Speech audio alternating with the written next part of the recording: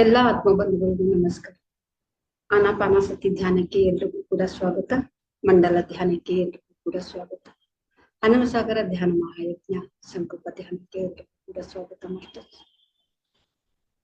ಆನಾಪಾನಸತಿ ಧ್ಯಾನ ಮಾಡೋ ವಿಧಾನವನ್ನ ನಾವು ತಿಳಿದುಕೊಳ್ಳೋಣ. ಮೊದಲಿಗೆ ಗುರುಗಳಾದಂತಹ ಬ್ರಹ್ಮಶ್ರೀ ಪಿತಾಮಹ ಪತ್ರಿಜಿಯವರಿಗೆ, ಮಾತಾ ಸ್ವರ್ಣಮಾಲಾ ಅಮ್ಮನವರಿಗೂ ಕೂಡ ನಾವು ಕೃತಜ್ಞತಾ ಭಾವದಿಂದ ನಮನವನ್ನ ತಿಳಿಸುತ್ತಾ, ಪ್ರಕೃತಿ ಮಾತಿಗೆ ನಾವು ನಮನವನ್ನ ತಿಳಿಸುತ್ತಾ ಧ್ಯಾನವನ್ನ ಪ್ರಾರಂಭಿಸೋಣ ಮಾಸ್ಟರ್ಸ್. ಧ್ಯಾನ ಮಾಡೋ ವಿಧಾನ, ಆರಾಮಾಗಿ ನಾವು ಸುಖಾಸನದಲ್ಲಿ ಕೂತ್ಕೊಳ್ಳೋಣ. ಎರಡು ಪಾದಗಳನ್ನ ಕ್ರಾಸ್ ಮಾಡಿ ಕೂತ್ಕೊಳ್ಳೋಣ. ಅಂದ್ರೆ ಕೆಳಗಡೆ ಕೂತ್ಕೊಂಡ್ರೆ ಚಪ್ಪು ಮುಟ್ಟಿ ಹಾಕೊಂಡು ಕೂತ್ಕೊಳ್ಳೋಣ. ಚೇರ್ ಮೇಲೆ, ಸೋಫಾ ಮೇಲೆ ಕೂತ್ಕೊಂಡ್ರೆ ಎರಡು ಪಾದಗಳನ್ನ ಈ ರೀತಿ ಕತ್ರಿ ಆಗಿರ್ಬೇಕು, ಕ್ರಾಸ್ ಮಾಡ್ಕೊಂಡು ಕೂತ್ಕೋಬೇಕು. ಮತ್ತು ಎರಡು ಕೈ ಬೆರಳುಗಳನ್ನ ಹೀಗೆ ಜೋಡಿಸಿ ಆರಾಮಾಗಿ ತೊಡೆ ಮೇಲೆ ಇಟ್ಕೊಳ್ಳಿ ಮಾಸ್ಟರ್ಸ್.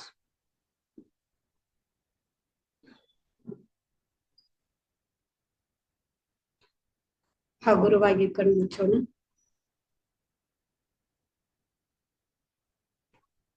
ಸಹಜವಾದ ಸರಳವಾದ ನಡೀತಾ ಇರುವಂತಹ ಉಸಿರಾಟವನ್ನ ನಾವು ಕಣ್ಣು ಮುಚ್ಚಿ ಉಸಿರಾಟವನ್ನು ಗಮನಿಸೋಣ ಮಾಸ್ಟರ್ಸ್.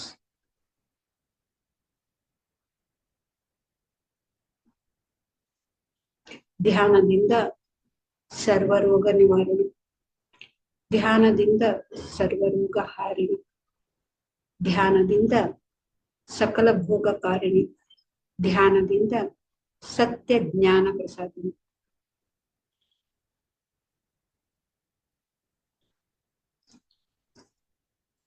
ಧ್ಯಾನ ಸರ್ವರೋಗ ನಿವಾರಣೆ ಮಾಸ್ಟರ್ಸ್. ರೋಗ ಅಂದ್ರೆ ನಾವು ಶರೀರಕ್ಕೆ ಬಂದಂತಹ ಕಾಯಿಲೆಗಳು ಅಷ್ಟೇ ಅಲ್ಲ, ಮಾನಸಿಕವಾಗಿ ಮತ್ತೆ ಜನ್ಮಕ್ಕೆ ಸಂಬಂಧಪಟ್ಟಿದ್ದು, ಕರ್ಮಕ್ಕೆ ಸಂಬಂಧಪಟ್ಟಿದ್ದು ಭವರೋಗ, ಈ ಎಲ್ಲವನ್ನು ಕೂಡ ನಿವಾರಣೆ ಆಗುತ್ತೆ ಧ್ಯಾನದಿಂದ.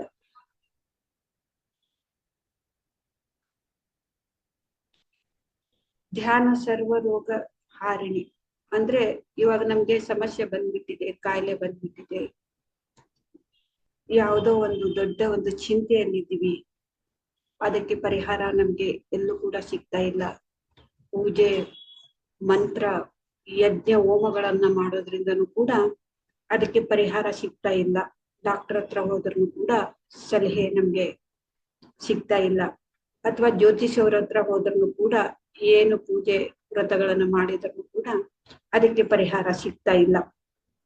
ಆಗ್ಲೇ ನಮ್ಗೆ ಅಂತ ಒಂದು ಸಮಸ್ಯೆ ಬಂದ್ಬಿಟ್ಟಿದೆ ಅಂದ್ರೆ ಅಂತಹ ಒಂದು ಯಾವುದೇ ಒಂದು ಎಲ್ಲಾನು ಕೂಡ ಮಾಡಿ ಅದಕ್ಕೆ ಪರಿಹಾರ ಸಿಗದೆ ಇರೋದು ಧ್ಯಾನದಲ್ಲಿ ಅದನ್ನ ಹಾರಿಣೆ ಅಂದ್ರೆ ಇಲ್ಲದೆ ಹಾಗೆ ಆಗುತ್ತೆ. ಅದನ್ನ ಜ್ಞಾನ, ಧ್ಯಾನದಿಂದ ಜ್ಞಾನವೆಂಬ ಅಗ್ನಿಯಲ್ಲಿ ಅದು ಸುಟ್ಟು ಭಸ್ಮವಾಗ್ಬಿಡತ್ತೆ, ಇಲ್ಲದ ಹಾಗೆ ಅದು ಆಗತ್ತೆ. ಅದು ಯಾವಾಗ ಅದರಿಂದ ನಾವು ಮುಕ್ತಿಯನ್ನ ಪಡಿತೀವಿ ಆ ಒಂದು ಸಮಸ್ಯೆದಿಂದ, ಕಷ್ಟದಿಂದ, ಆಗ ನಮ್ಮ ಜೀವನ ವೈಭೋಗದ ಜೀವನ ಆಗತ್ತೆ. ಧ್ಯಾನ ಸಕಲ ಭೋಗಕಾರಿಣಿ, ಎಲ್ಲಾ ಭೋಗದಲ್ಲಿ ಕೂಡ ನಾವು ಇರ್ತೀವಿ ಮಾಸ್ಟರ್ಸ್. ಈ ಕಡೆ ಪ್ರಾಪಂಚಿಕದ ಶರೀರ ಆರೋಗ್ಯವಾಗಿರತ್ತೆ, ಮಾನಸಿಕ ಪ್ರಶಾಂತತೆಯಿಂದ ನಾವು ತುಂಬಿಕೊಂಡಿರ್ತೀವಿ. ಮತ್ತೆ ಆಧ್ಯಾತ್ಮಿಕ ಒಂದು ಸ್ವ ಆತ್ಮಾನುಭವದಿಂದ ಆನಂದದ ಸ್ಥಿತಿಯಲ್ಲಿ ಒಳಗು ಮತ್ತೆ ಹೊರಗು, ಪ್ರಾಪಂಚಿಕದಲ್ಲೂ ಮತ್ತೆ ಆಧ್ಯಾತ್ಮಿಕದಲ್ಲಿ ಎರಡರಲ್ಲೂ ಕೂಡ ನಾವು ವೈಭೋಗದ ಜೀವನವನ್ನ ನಾವು ಜೀವಿಸ್ತಾ ಇರ್ತೀವಿ ಮಾಸ್ಟರ್ಸ್. ಧ್ಯಾನ ಸತ್ಯ ಜ್ಞಾನ ಪ್ರಸಾದಿನಿ. ಯಾವಾಗ ನಮ್ಮ ವೈಭೋಗದ ಜೀವನ ಇರುತ್ತೆ ಆಗ ನಾವು ಸತ್ಯ ಇನ್ನೂ ತಿಳ್ಕೋಬೇಕು. ನಾನು ಯಾರು, ನನಗೆ ಇಂಥ ಒಂದು ಸಮಸ್ಯೆ ಬಂದಿರೋದು ಧ್ಯಾನದಲ್ಲಿ ಅದು ಪರಿಹಾರ ಆಯ್ತು, ಅದು ಹೇಗೆ ಪರಿಹಾರ ಆಯ್ತು, ಎಲ್ಲವನ್ನೂ ಕೂಡ ಮಾಡಿದ್ರು ಕೂಡ ಏನ್ ಮಾಡಿದ್ರು ಕೂಡ ಅದು ಯಾವ್ದ್ರಿಂದನೂ ಕೂಡ ಅದನ್ನ ಪರಿಹಾರ ಆಗ್ಲಿಲ್ಲ. ಧ್ಯಾನದಲ್ಲೇ ಪರಿಹಾರ ಆಯ್ತು. ಇದು ಹೇಗೆ ಪರಿಹಾರ ಆಯ್ತು, ಇದು ಎಲ್ಲವನ್ನು ಕೂಡ ನಮ್ಮ ಒಳಗಡೆನೆ ಸಹಜವಾಗಿ ಧ್ಯಾನ ಮಾಡ್ತಾ ಮಾಡ್ತಾ ಮಾಡ್ತಾ ಮಾಡ್ತಾ ನಾವು ಯಾವಾಗ ಕಾಸ್ಮಿಕ್ ಎನರ್ಜಿಯನ್ನ ನಾವು ತಗೊಳ್ತಾ ಇರ್ತೀವಿ, ಸಹಜವಾಗಿನೇ ನಮ್ಮ ಒಳಗಡೆನೆ ಪ್ರಶ್ನೆಯನ್ನ ಹುಟ್ಕೊಳ್ಳುತ್ತೆ. ಮತ್ತೆ ಸಹಜವಾಗಿ ನಮ್ಮ ಒಳಗಡೆನೆ ಆನ್ಸರ್, ನಮ್ಗೆ ಸಮಾಧಾನವಾದಂತ ಆನ್ಸರು, ಮತ್ತೆ ಸ್ವ ಆತ್ಮಾನುಭವದಿಂದ ನಾವು ಜ್ಞಾನವನ್ನು ಪಡ್ಕೊಳ್ತಾ ಇರ್ತೀವಿ. ಸತ್ಯ ಜ್ಞಾನ ಪ್ರಸಾದಿನಿ, ಸತ್ಯದ ಒಂದು ಜ್ಞಾನ ನಮ್ಗೆ ಬರುತ್ತೆ ಧ್ಯಾನದಿಂದ. ಪತ್ರಿಜಿಯವರು ಇದನ್ನ ಸುಮ್ಮನೆ ಹೇಳಿಲ್ಲ ಮಾಸ್ಟರ್ಸ್.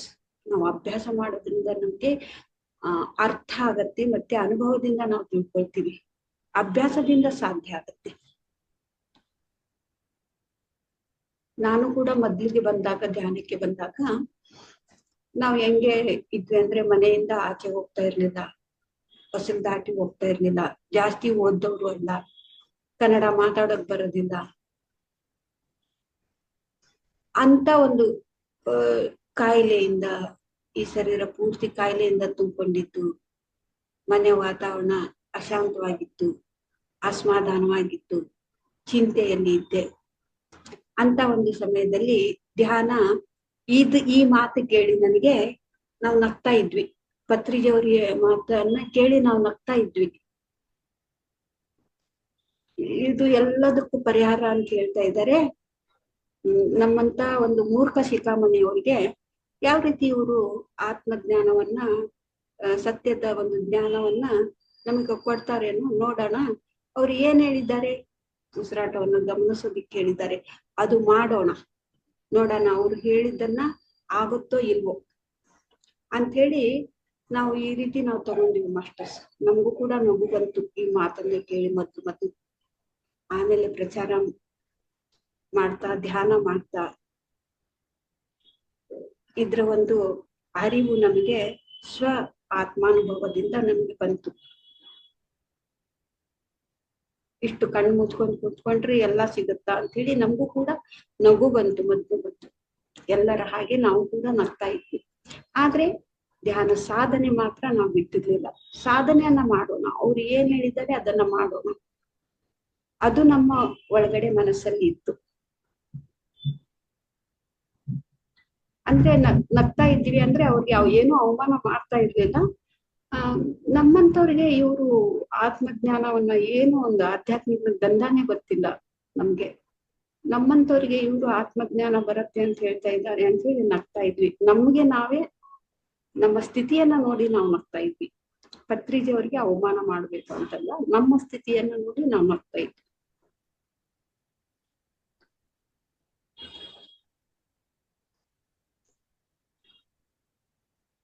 ಹಾಗೆ ಎಲ್ರಿಗೂ ಕೂಡ ನಾವು ಹೇಳೋ ಮಾತು ಮೊದ್ಲು ಈ ಪಿರಮಿಡ್ ಮಾಸ್ಟರ್ಸ್ ಹೇಳೋ ಮಾತು, ಪತ್ರಿಜಿ ಅವರು ಹೇಳೋ ಒಂದು ಪದ ಯಾರಿಗೂ ಕೂಡ ಅರ್ಥ ಆಗೋದಿಲ್ಲ ಮಾಸ್ಟರ್ಸ್. ಮೊದ್ಲು ಸಾಧನೆಯಿಂದ, ಅನುಭವದಿಂದ ಯಾವಾಗ ನಾವು ಜ್ಞಾನವನ್ನ ಪಡ್ಕೊಳ್ತೀವಿ ಅವಾಗ್ಲೇನೆ ನಮ್ಗೆ ಅರ್ಥ ಆಗುತ್ತೆ. ಎಷ್ಟು ಅದ್ಭುತ ಇದೆ ಈ ಆನಾಪಾನಸತಿ ಧ್ಯಾನ, ಎಷ್ಟು ಸರಳವಾಗಿದೆ. ನಮ್ಮ ಮನೆಯಲ್ಲೇನೆ ಕೂತ್ಕೊಂಡು ಬ್ರಹ್ಮಜ್ಞಾನಿಗಳಾಗಬಹುದು ನಾವು, ಆತ್ಮಜ್ಞಾನಿಗಳಾಗಬಹುದು ನಾವು. ತುಂಬಾ ಸರಳವಾಗಿ, ಯಾವುದೇ ಕಷ್ಟ ಇಲ್ಲದೇನೆ ನಮ್ಮ ಜೀವನ ಸುಂದರ ಜೀವನವನ್ನಾಗಿ ನಾವು ಮಾಡ್ಕೋಬಹುದು ಮಾಸ್ಟರ್ಸ್. ಆರೋಗ್ಯದ ಜೀವನವನ್ನ ನಾವು ಜೀವಿಸ್ಬೋದು, ಆನಂದದ ಜೀವನವನ್ನ ನಾವು ಜೀವಿಸ್ಬೋದು ಮಾಸ್ಟರ್ಸ್.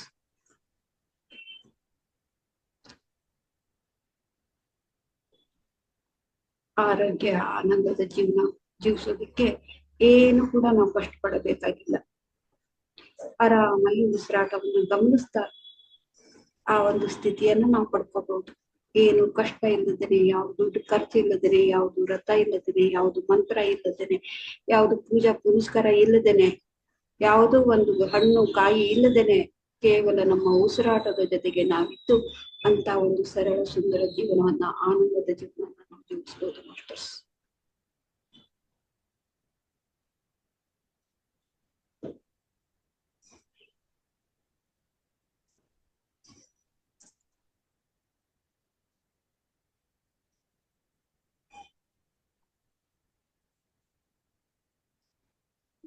ಮಧ್ಯದಲ್ಲಿ ಯಾರು ಕೂಡ ಕಣ್ಬಿಟ್ಬೇಡಿ ಮಾಸ್ಟರ್ಸ್.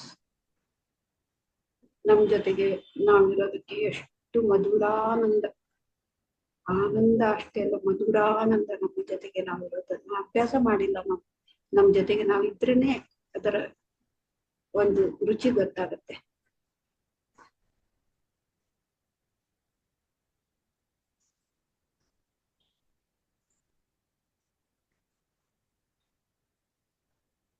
ಉಸಿರಾಟವನ್ನೇ ಗಮನಿಸ್ತಾ ಇರಿ.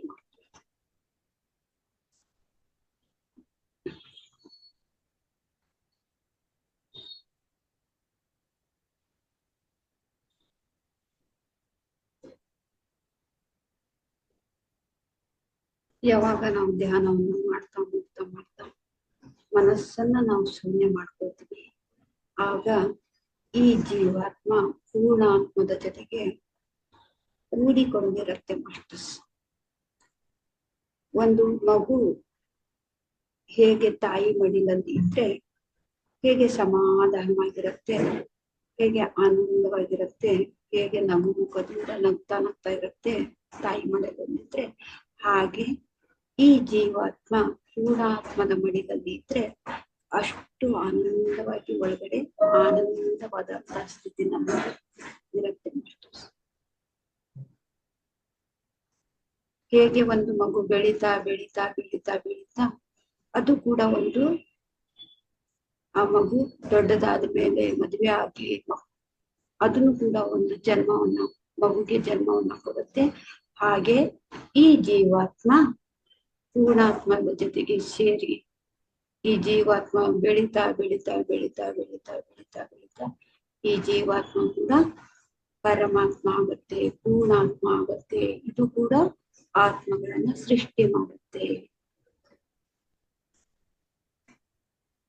ಏನು ಕೂಡ ನಾವು ಕಷ್ಟ ಪಡಬೇಕಾಗಿಲ್ಲ ಈ ಸ್ಥಿತಿ ಪಡ್ಕೊಳ್ಳೋದಿಕ್ಕೆ. ಕೇವಲ ಉಸಿರಾಟವನ್ನೇ ನಾವು ಗಮನಿಸ್ತಾ ಇರ್ಬೇಕು.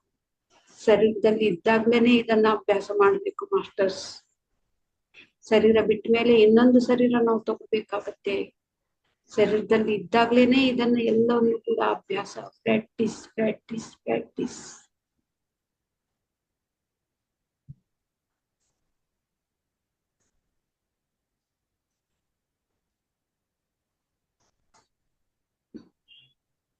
ನಮ್ಮ ಕಾಯಿಲೆಯನ್ನ ನಾವೇ ವಾಸಿ ಮಾಡ್ಕೋಬೇಕು, ನಮ್ಮ ಸಮಸ್ಯೆವನ್ನ ನಾವೇ ಪರಿಹಾರ ಮಾಡ್ಕೋಬೇಕು.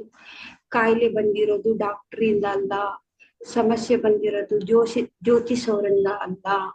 ನಮ್ಮಿಂದನೇ ನಮ್ಗೆ ಸಮಸ್ಯೆ ಬಂದಿದೆ, ನಮ್ಮಿಂದನೇ ನಮ್ಗೆ ಕಾಯಿಲೆ ಬಂದಿದೆ, ನಮ್ಮಿಂದನೇ ಅದಕ್ಕೆ ಪರಿಹಾರ. ಯಾರು ಕೂಡ ನಮ್ಮನ್ನ ಉದ್ಧಾರ ಮಾಡೋದಿಲ್ಲ, ಯಾರು ಕೂಡ ಶಾಶ್ವತ ಪರಿಹಾರ ನಮ್ಗೆ ಕೊಡೋದಿಲ್ಲ. ನಮ್ಮಿಂದನೇ ನಮ್ಗೆ ಶಾಶ್ವತ ಪರಿಹಾರ ಸಿಗುತ್ತೆ. ನಮ್ಮನ್ನ ನಾವೇ ಉದ್ಧಾರ ಮಾಡ್ಕೋಬೇಕು.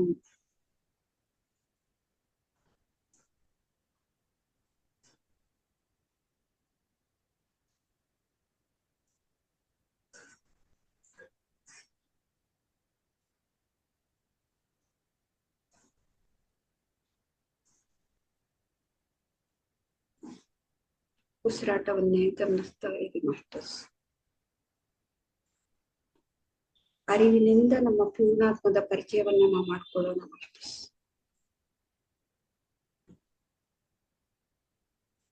ಪ್ರತಿಯೊಂದು ಮಗುಗೂ ಹೇಗೆ ಒಂದು ತಾಯಿ ತಂದೆ ತಾಯಿ ಇರ್ತಾರೆ, ಹಾಗೆ ಪ್ರತಿಯೊಂದು ಆತ್ಮಕ್ಕೂ ಕೂಡ ಪೂರ್ಣಾತ್ಮ ಇರುತ್ತೆ. ನಮ್ಮ ಪೂರ್ಣಾತ್ಮದ ಮಡಿಲಲ್ಲಿ ನಾವು ಇರ್ಬೇಕು, ಕಲಿಬೇಕು. ಹೇಗೆ ತಾಯಿ ಮಗುಗೆ ಕಲಿಸ್ತಾರೆ ಆ ತರ ನಾವು ಪೂರ್ಣಾತ್ಮದ ಜೊತೆಗೆ ಇದ್ದು ಅರಿವಿನಿಂದ ನಾವು ಕಲಿಬೇಕು ಮಾಸ್ಟರ್ಸ್. ಆತ್ಮದ ಜ್ಞಾನವನ್ನ ನಾವು ಕಲಿಬೇಕು. ಇದು ಯಾವುದು ಕೂಡ ಕಣ್ಣಿಗೆ ಕಾಣದೇ ಇರೋದು, ಆದ್ರೆ ಶಾಶ್ವತವಾದಂತಹ ಸತ್ಯ.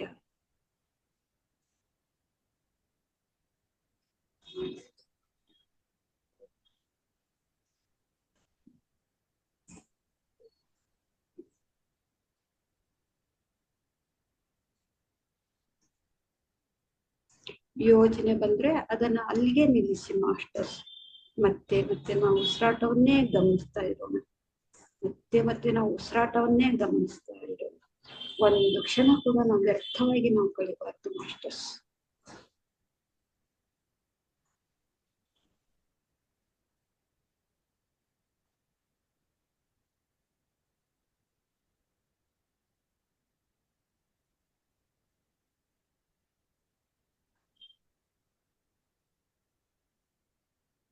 ಎಷ್ಟು ಅದ್ಭುತವಾದಂತಹ ಒಂದು ಪೂರ್ಣಾತ್ಮದ ಪ್ರತಿಯೊಬ್ಬರ ಒಂದು ಪೂರ್ಣಾತ್ಮನೂ ಕೂಡ ಇರತ್ತೆ. ಆ ಒಂದು ಪೂರ್ಣಾತ್ಮದ ಶಕ್ತಿ ನಾವು ತಗೊಳ್ತಾ ಇದ್ದೀವಿ ನೋಡಿ. ನಮ್ಗೆ ಅಬ್ಸರ್ವ್ ಮಾಡಿದ್ರೆ ನಮ್ಗೆ ಸ್ಪಷ್ಟವಾಗಿ ಅರ್ಥ ಆಗತ್ತೆ, ತಿಳಿಯತ್ತೆ, ಅನುಭವದಿಂದ ನಾವು ತಿಳ್ಕೋಬಹುದು.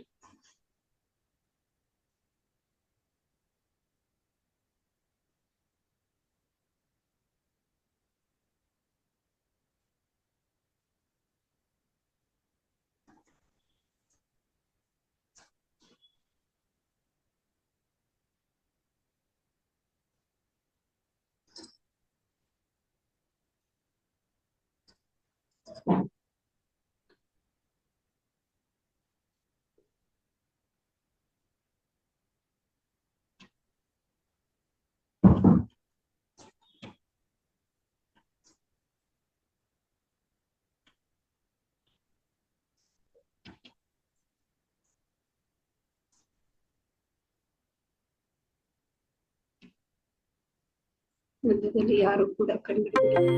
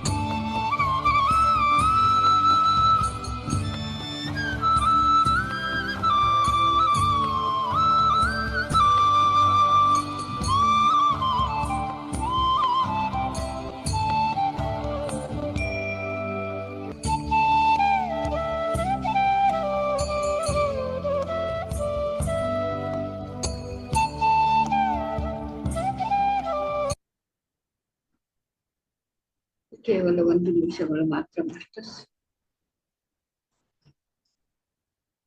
ಧ್ಯಾನದಿಂದ ನಾವು ಸಹಜ ಸ್ಥಿತಿಗೆ ಬರೋಣ. 30 seconds.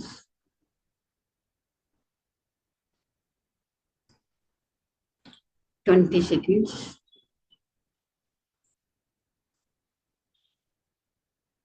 10 seconds. Okay masters. ಇವಾಗ ನಿಮ್ಮ 2 ಕೈಗಳನ್ನು ಕಣ್ಣಿನ ಮೇಲೆ ಇಟ್ಕೊಳ್ಳಿ. 5 seconds. 5, 4, 3, 2, 1, 0. ನಿಧಾನವಾಗಿ ನಿಮ್ಮ 2 ಕೈಗಳನ್ನು ನೋಡ್ತಾ ನಗುಮುಖದಿಂದ ಹಗುರವಾಗಿ ಕಣ್ಬಿಡಿ ಮಾಸ್ಟರ್ಸ್. Thank you masters. ಇಷ್ಟೊತ್ತು ನಾವು ಧ್ಯಾನವನ್ನು ಮಾಡಿ ಅದ್ಭುತವಾದಂತಹ ಶಕ್ತಿಯನ್ನು ನಾವು ತಗೊಂಡಿದ್ದೀವಿ. ಧ್ಯಾನಕ್ಕೆ ಚಪ್ಪಾಳೆ ಮುಖಾಂತರ ಧನ್ಯವಾದವನ್ನು ತಿಳಿಸೋಣ. ಗುರುಜಿ ಬ್ರಹ್ಮಶ್ರೀ ಪಿತಾಮಹ ಪತ್ರಿಜಿ ಕೂಡ ನಾವು ಚಪ್ಪಾಳೆ ಮುಖಾಂತರ ಧನ್ಯವಾದವನ್ನು ತಿಳಿಸೋಣ. ಪ್ರಕೃತಿ ಮಾತೆಗೆ ನಾವು ಧನ್ಯವಾದವನ್ನು ತಿಳಿಸೋಣ ಮಾಸ್ಟರ್ಸ್. ನಾವು ವಾಸವಾದಂತಹ ಮನೆಗೂ ಕೂಡ ನಾವು ಧನ್ಯವಾದವನ್ನು ತಿಳಿಸೋಣ. ನಮ್ಮ ಕುಟುಂಬದವರಿಗೆ, ನಮ್ಮ ಜನ್ಮ ಕೊಟ್ಟ ತಂದೆ ತಾಯಿಗೂ ಕೂಡ ನಾವು ಧನ್ಯವಾದವನ್ನು ತಿಳಿಸೋಣ. ನಮ್ಮ ಶರೀರಕ್ಕೆ, ನಮ್ಮ ಶರೀರದ ಪ್ರತಿಯೊಂದು ಅಂಗಕ್ಕೂ ಕೂಡ ನಾವು ಧನ್ಯವಾದವನ್ನು ತಿಳಿಸೋಣ. ಜೀವದಲ್ಲಿ ವೀಕ್ಷಿಸುತ್ತಿರುವಂತಹ ಎಲ್ಲಾ ಆತ್ಮಬಂಧುಗಳಿಗೂ ಕೂಡ ನಾವು ಚಪ್ಪಾಳೆ ಮುಖಾಂತರ ಧನ್ಯವಾದವನ್ನು ತಿಳಿಸೋಣ. ಹಾಗೆ ಇವತ್ತು ನಮ್ಮ ಜೊತೆಗೆ ಧ್ಯಾನದ ಈ ಒಂದು ವಿಶಿಷ್ಟತೆಯನ್ನ ಹಂಚಿಕೊಳ್ಳೋದಿಕ್ಕೆ ನಮ್ಮೊಂದಿಗೆ ಇದ್ದಾರೆ ಗಂಗಾವತಿಯ ಸೀನಿಯರ್ ಫಿಲ್ಮ್ ಮಾಸ್ಟರ್ಸ್ ಲಲಿತಾ ವಕ್ಕ ಅವರು ನಮ್ಮ ಜೊತೆಗಿದ್ದಾರೆ. ಅವ್ರಿಗೂ ಕೂಡ ನಾವು ಚಪ್ಪಾಳೆ ಮುಖಾಂತರ ಧನ್ಯವಾದ ತಿಳಿಸೋಣ masters. Thank you, thank you, thank you so much masters. ಇವತ್ತು ನಮ್ಮ ಜೊತೆಗೆ ಎಂದಿನಂತೆ ಧ್ಯಾನದ ನಂತರ ಅನುಭವ ಹಂಚಿಕೆ, ಒಂದು ಧ್ಯಾನ ಯಜ್ಞ ಮತ್ತೆ ಸಸ್ಯಾಹಾರ ಜಾತ ಮಹತ್ವವನ್ನ ಅದ್ರ ಬಗ್ಗೆ ವಿಶೇಷವಾಗಿ ಪ್ರತಿಯೊಬ್ಬರು ಮಾಸ್ಟರ್ ಕೂಡ ಬಂದು ಹೇಳ್ತಾ ಇದ್ದಾರೆ. ನಾವು ತಿಳ್ಕೊಳ್ತಾನೆ ಇದ್ದೀವಿ. ಹಾಗೆ ಇವತ್ತು ನಮ್ಮ ಜೊತೆಗೆ madam senior masters pyramid masters Lalitha ವಕ್ಕ ಅವರು, ಇವರು ಗಂಗಾವತಿ ನಿವಾಸಿಗಳು. ಇವರು ತುಂಬಾ ಇವ್ರದ್ದು ಕೂಡ ತುಂಬಾ ಅದ್ಭುತವಾದಂತಹ ಅನುಭವವನ್ನ ಕೇಳ್ತೀನಿ. ಮತ್ತೆ ವಿಶೇಷವಾಗಿ ಇವರು ಎಲ್ಲಾ ಕಡೆನೂ ಸ್ವಾಧ್ಯಾಯ, ಎಲ್ಲಾ ಜೂನ್ ಕ್ಲಾಸ್ ಅಲ್ಲಿ ಕೂಡ ಸ್ವಾಧ್ಯಾಯ ಯೋಗ. ಇವರು ವೃತ್ತಿಯಲ್ಲಿ ಟೀಚರು, ಮಕ್ಕಳಿಗೆ ಯಾವ ರೀತಿ ತಿಳಿಸ್ಕೊಡ್ತಾ ಇರ್ತಾರೆ ಸ್ಕೂಲಲ್ಲಿ, ಹಾಗೆ ಸ್ವಾಧ್ಯಾಯ ಯೋಗದಲ್ಲಿ ಒಂದು ಆಧ್ಯಾತ್ಮಿಕ ಒಂದೊಂದು ಪದ ಬಿಡಿಸಿ ಅವರು ತಿಳಿಸ್ತಾ ಇರ್ತಾರೆ. ಅಂತ ಅದ್ಭುತವಾದಂತ ಸ್ವಾಧ್ಯಾಯ ಯೋಗದಲ್ಲಿ ಅವರು ಕ್ಲಾಸ್ ತುಂಬಾ ಚೆನ್ನಾಗಿ ಮಾಡ್ತಾ ಇರ್ತಾರೆ. ನಾನು ಕೂಡ ಕೇಳಿದ್ದೀನಿ. ಮತ್ತೆ ಅವರು ಕೂಡ ಜೀವನದಲ್ಲಿ ಅವರು ದುಃಖದ ಅಂದ್ರೆ ಅವರು ಕಷ್ಟದಿಂದ ಅವರು ಒಂದು ಪರಿಸ್ಥಿತಿಯಲ್ಲಿ ಇದ್ದು ಧ್ಯಾನದಿಂದ ಅವರು ಕಷ್ಟದಿಂದ ಅವರು ಹೇಗೆ ಹೊರಗಡೆ ಬಂದಿದ್ದಾರೆ ಅದನ್ನು ಕೂಡ ಅವರ ಅನುಭವವನ್ನು ನಾನು ಕೇಳಿದ್ದೀನಿ. ತುಂಬಾ ಅದ್ಭುತವಾದಂತ ಅನುಭವ ಅವ್ರದ್ದು ಕೂಡ. ಇಂತ ಸೀನಿಯರ್ ಮಾಸ್ಟರ್ಸ್ ಇವತ್ತು ನಮ್ ಜೊತೆಗೆ ಇದ್ದಾರೆ ಅಂದ್ರೆ ನಮ್ಮ ಭಾಗ್ಯ ಅಂತ ನಾವು ಅನ್ಕೋಬಹುದು. ಮೇಡಮ್ ನಿಮ್ಗೆ PMC SSK ವತಿಯಿಂದ ಮತ್ತೆ ಹನುಮಸಾಗರ್ ಟೀಮ್ ವತಿಯಿಂದ ಕೂಡ ನಿಮ್ಗೆ ಸ್ವಾಗತವನ್ನ ಕೋರ್ತಾ ಇದ್ದೀವಿ ಮೇಡಮ್. ನಿಮ್ಮ ಅನುಭವ ಹಂಚ್ಕೊಳ್ಳೋದಿಕ್ಕೆ, ಮತ್ತೆ ಧ್ಯಾನ ಮಹಾಯಜ್ಞದ ವಿಶಿಷ್ಟತೆ ಏನು, ಶಾಕಾಹಾರ ಜಾತದ ವಿಶಿಷ್ಟತೆ ಏನು ಅಂತೇಳಿ ನನ್ನ ಮುಂದೆ ಅನುಭವ ಹಂಚ್ಕೋಬೇಕಂತ ಹೇಳಿ ನಾನು ವಿನಂತಿಸ್ಕೊಳ್ತಾ ಇದ್ದೀನಿ madam. Thank you madam. Thank you. Over to madam. ಮೊದಲನೇದಾಗಿ ಈ ಭೂಮಿಗೆ ನನ್ನನ್ನು ಪರಿಚಯಿಸಿದ ನನ್ನ ತಂದೆ ತಾಯಿಗಳಿಗೆ ನಮಸ್ಕರಿಸುತ್ತಾ, ಆಧ್ಯಾತ್ಮಿಕ ಮಾರ್ಗವನ್ನು ತೋರಿದ ಮಗಳು ಅಖಿಲಾಳನ್ನು ಹೃದಯದಲ್ಲಿ ಕೃತಜ್ಞತೆಯಿಂದ ನೆನೆಯುತ್ತಾ, ನಮ್ಮ ಜೀವನ ಎಲ್ಲೋ ಅಂಧಕಾರದಲ್ಲಿ ಅಜ್ಞಾನದಲ್ಲಿ ಮುಳುಗಿ ಹೋಗುವಾಗ ಆ ಪರಮ ಗುರು ಪ್ರತ್ಯಕ್ಷ ಆದ್ರು. ಆ ಪರಮ ಪೂಜ್ಯ ಗುರು ಡಾಕ್ಟರ್ ಬ್ರಹ್ಮರ್ಷಿ ಪಿತಾಮಹ ಪತ್ರಿಜಿ ಮತ್ತು ಸ್ವರ್ಣಮಾಲಾ ಅಮ್ಮನವರ ಪಾದ ಪದ್ಮಗಳಿಗೆ ನನ್ನ ಹಣೆ ಹಚ್ಚಿ ನಮಸ್ಕರಿಸುತ್ತಾ, PMC SSK ಸಮಾಜ್ ನಿಜವಾಗಿಯೂ ನನಗೆ ಮೈ ರೋಮಾಂಚನ ಆಗ್ತಾ ಇದೆ ಮೇಡಮ್.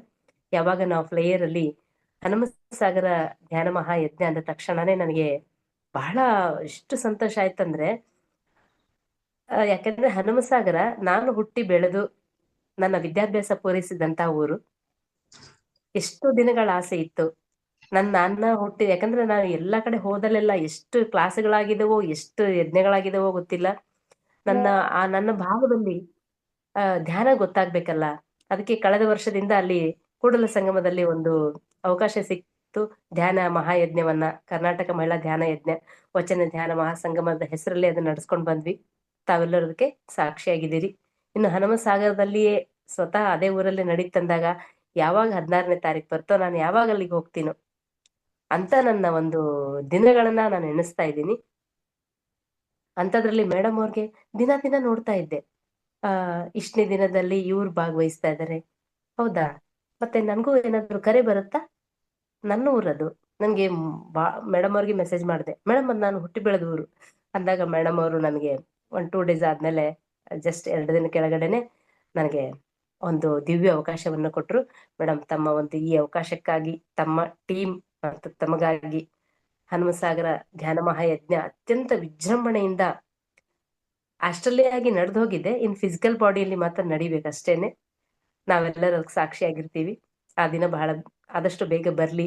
ತಮ್ಮೆಲ್ಲರ ಒಂದು ಸಂಕಲ್ಪ, ಎಲ್ಲರ ದಿವ್ಯ ಸಂಕಲ್ಪ, ಯಾಕಂದ್ರೆ ನಮ್ಮ ಸಂಕಲ್ಪ ಅನ್ನೋದಕ್ಕಿಂತ ಅದು ಪರಮ ಪೂಜ್ಯ ಪಿತಾಮಹ ಪತ್ರಿಜಿಯವರು ವಿಶ್ವ ಪ್ರಣಾಳಿಕೆ ಜೊತೆಗೆ ಅವರ ಆತ್ಮ ಪ್ರಣಾಳಿಕೆಯನ್ನ ಜೋಡಿಸ್ಕೊಂಡು ತಂದಂತದ್ದು. ಆ ಪಿತಾಮಹನ ಆತ್ಮ ಪ್ರಣಾಳಿಕೆಯ ನಮ್ಮ ಪ್ರಣಾಳಿಕೆ ಒಂದು ಭಾಗ ನಾವಷ್ಟೇ. ಅದಕ್ಕಾಗಿ ನಾವೆಲ್ಲರೂ ಸೇರಿ ಇದನ್ನ ಮೈ ಹೇಳ್ತಾ ಇದ್ರೇನೆ ತಲೆಯಿಂದ ಕಾಲ್ ತನಕ ರೋಮಾಂಚನ ಆಗ್ತಾ ಇದೆ. ಆ ಒಂದು ರೋಮಾಂಚನದ ಇದು ಅನುಭವ ಆಗ್ತಾ ಇದೆ ನನಗೆ. ಅದರ ಒಂದು ಪಾರ್ಟ್, ನಾವು ಅದರ ಒಂದು ಕಣಗಳು, ಆ ಕಣಗಳಾಗಿ ಇಲ್ಲಿ ಕೆಲಸ ಮಾಡ್ತಾ ಇದ್ದೀವಿ. ಮತ್ತು ನಾವು ಆ ಪಿತಾಮಹ ಅವರ ಜೊತೆಗೆ ನಾವು ಇರ್ಬೇಕು. ಇಷ್ಟು ಸಾಕಷ್ಟು ಜನ ಇಲ್ಲಿ ಮಾಸ್ಟರ್ಸ್ ಇದ್ರಿ, ಅವ್ರ ಜೊತೆಗೆ 10 ವರ್ಷ 15 ವರ್ಷ 20-25 ವರ್ಷದ ಜೊತೆಯಲ್ಲಿ ಒಡನಾಟ ಇದ್ದವ್ರು ಇರ್ಬೋದು. ನಾನು ಗುರುಗಳ ಜೊತೆಗೆ 11 ವರ್ಷ ಒಡನಾಟದಲ್ಲಿದ್ದೆ. ನನ್ನ ಮನೆಗೆ ಗುರುಗಳು 5 ಸಲ ಪಾದಸ್ಪರ್ಶ ಆದಿಂದ ನನ್ನ ಜನ್ಮ, ನನ್ನ ಜೀವನ ಸಾರ್ಥಕ ಆಯಿತು. ಯಾಕಂದ್ರೆ ನಾವೆಲ್ಲ ಯುಗ ಯುಗಗಳಿಂದ ಆ ಮಹಾನುಭಾವರ ಜೊತೆಯ ಜ್ಞಾನವನ್ನ ಪಡಿಬೇಕಂತ ಯುಗ ಯುಗಗಳವರೆಗೆ ಕಾದ್ಕೊಂಡು ಬಂದವರು ನಾವು. ಯಾಕೆ ಈ ಮಾತನ್ನ ಹೇಳ್ತೀನಿ ಅಂದ್ರೆ, 2013ರಲ್ಲಿ ಪತ್ರಿ ಸರ್ ಫಸ್ಟ್ ಟೈಮ್ ನನ್ನ ಮನೆಗೆ ಬಂದಾಗ ನನ್ನ ಸರ್ಗೆ ಕೇಳಿದೆ, ಸರ್ ಧ್ಯಾನ ಕಸ್ತೂರಿಯಲ್ಲಿ ನೀವು ಬರ್ದಿದ್ದೀರಿ, ಅವರ ಕಿರ್ಬೇಳ್ ಅಂದ್ರೆ ಪತ್ರಿ ಸರ್ ನನ್ನ ಕಿರ್ಬೇಳ್ ಟಚ್ ಮಾಡ್ಬೇಕಂದ್ರೆ ಕನಿಷ್ಠ 3 ಜನ್ಮ ಧ್ಯಾನ ಮಾಡಿರ್ಬೇಕು ಅಂತ ಬರ್ದಿದ್ದೀರಲ್ಲ ಸರ್. ನಾನು ನಮ್ಮ ಮನೆಯವರು ಅವ್ರ ಪಾದ ಒತ್ತುತ್ತಾ ಕುತ್ಕೊಂಡಿದ್ವಿ ಆ ಕಡೆ ಈ ಕಡೆ. ಸರ್ ನಾವು ಇಷ್ಟು ಜನ್ಮ ಜೊತೆಗಿದೀವಿ ಅಂದ್ರೆ ಸರ್ ಏನೂ ಹೇಳಲಿಲ್ಲ. ಗುರುಗಳು ಏನನ್ನು, ನಿಜವಾದ ಗುರುಗಳು ಏನನ್ನೂ ಹೇಳೋದಿಲ್ಲ, ಜಸ್ಟ್ ನಕ್ಕು ಈ ತರ ತೋರಿಸಿದ್ರು. ನನ್ಗೆ ಅಜ್ಞಾನ ಅವಾಗ. ಅಲ್ಲಿಂದನಾ, ಅಲ್ಲಿಂದ ಜೊತೆಗಿದೀವಾ ಅಂತ ಸುಮ್ನೆ ಆಗ್ಬಿಟ್ಟೆ ನನ್ನ ನಕ್ಕು. ಅದಾದ್ಮೇಲೆ ಪ್ರೇಮ್ನಾಥ್ ಸರ್ ಒಂದು ವಾರಕ್ಕೆ ನಮ್ಮ ಮನೆಗೆ ಬಂದ್ರು. ನಾನು ಸರ್ ಜೊತೆ ನಡೆದಿರೋ ಕನ್ವರ್ಜೇಷನ್ ಎಲ್ಲ ಸರ್ ಹತ್ರ ಹೇಳ್ತಾ ಇದ್ದೆ. ಹೇಳಿದಾಗ ಸರ್ ಕ್ಲಾಪ್ಸ್ ಹಾಕಿದ್ರು. ಮೇಡಮ್, ತುಂಬಾ ಅದೃಷ್ಟವಂತರು ನೀವು.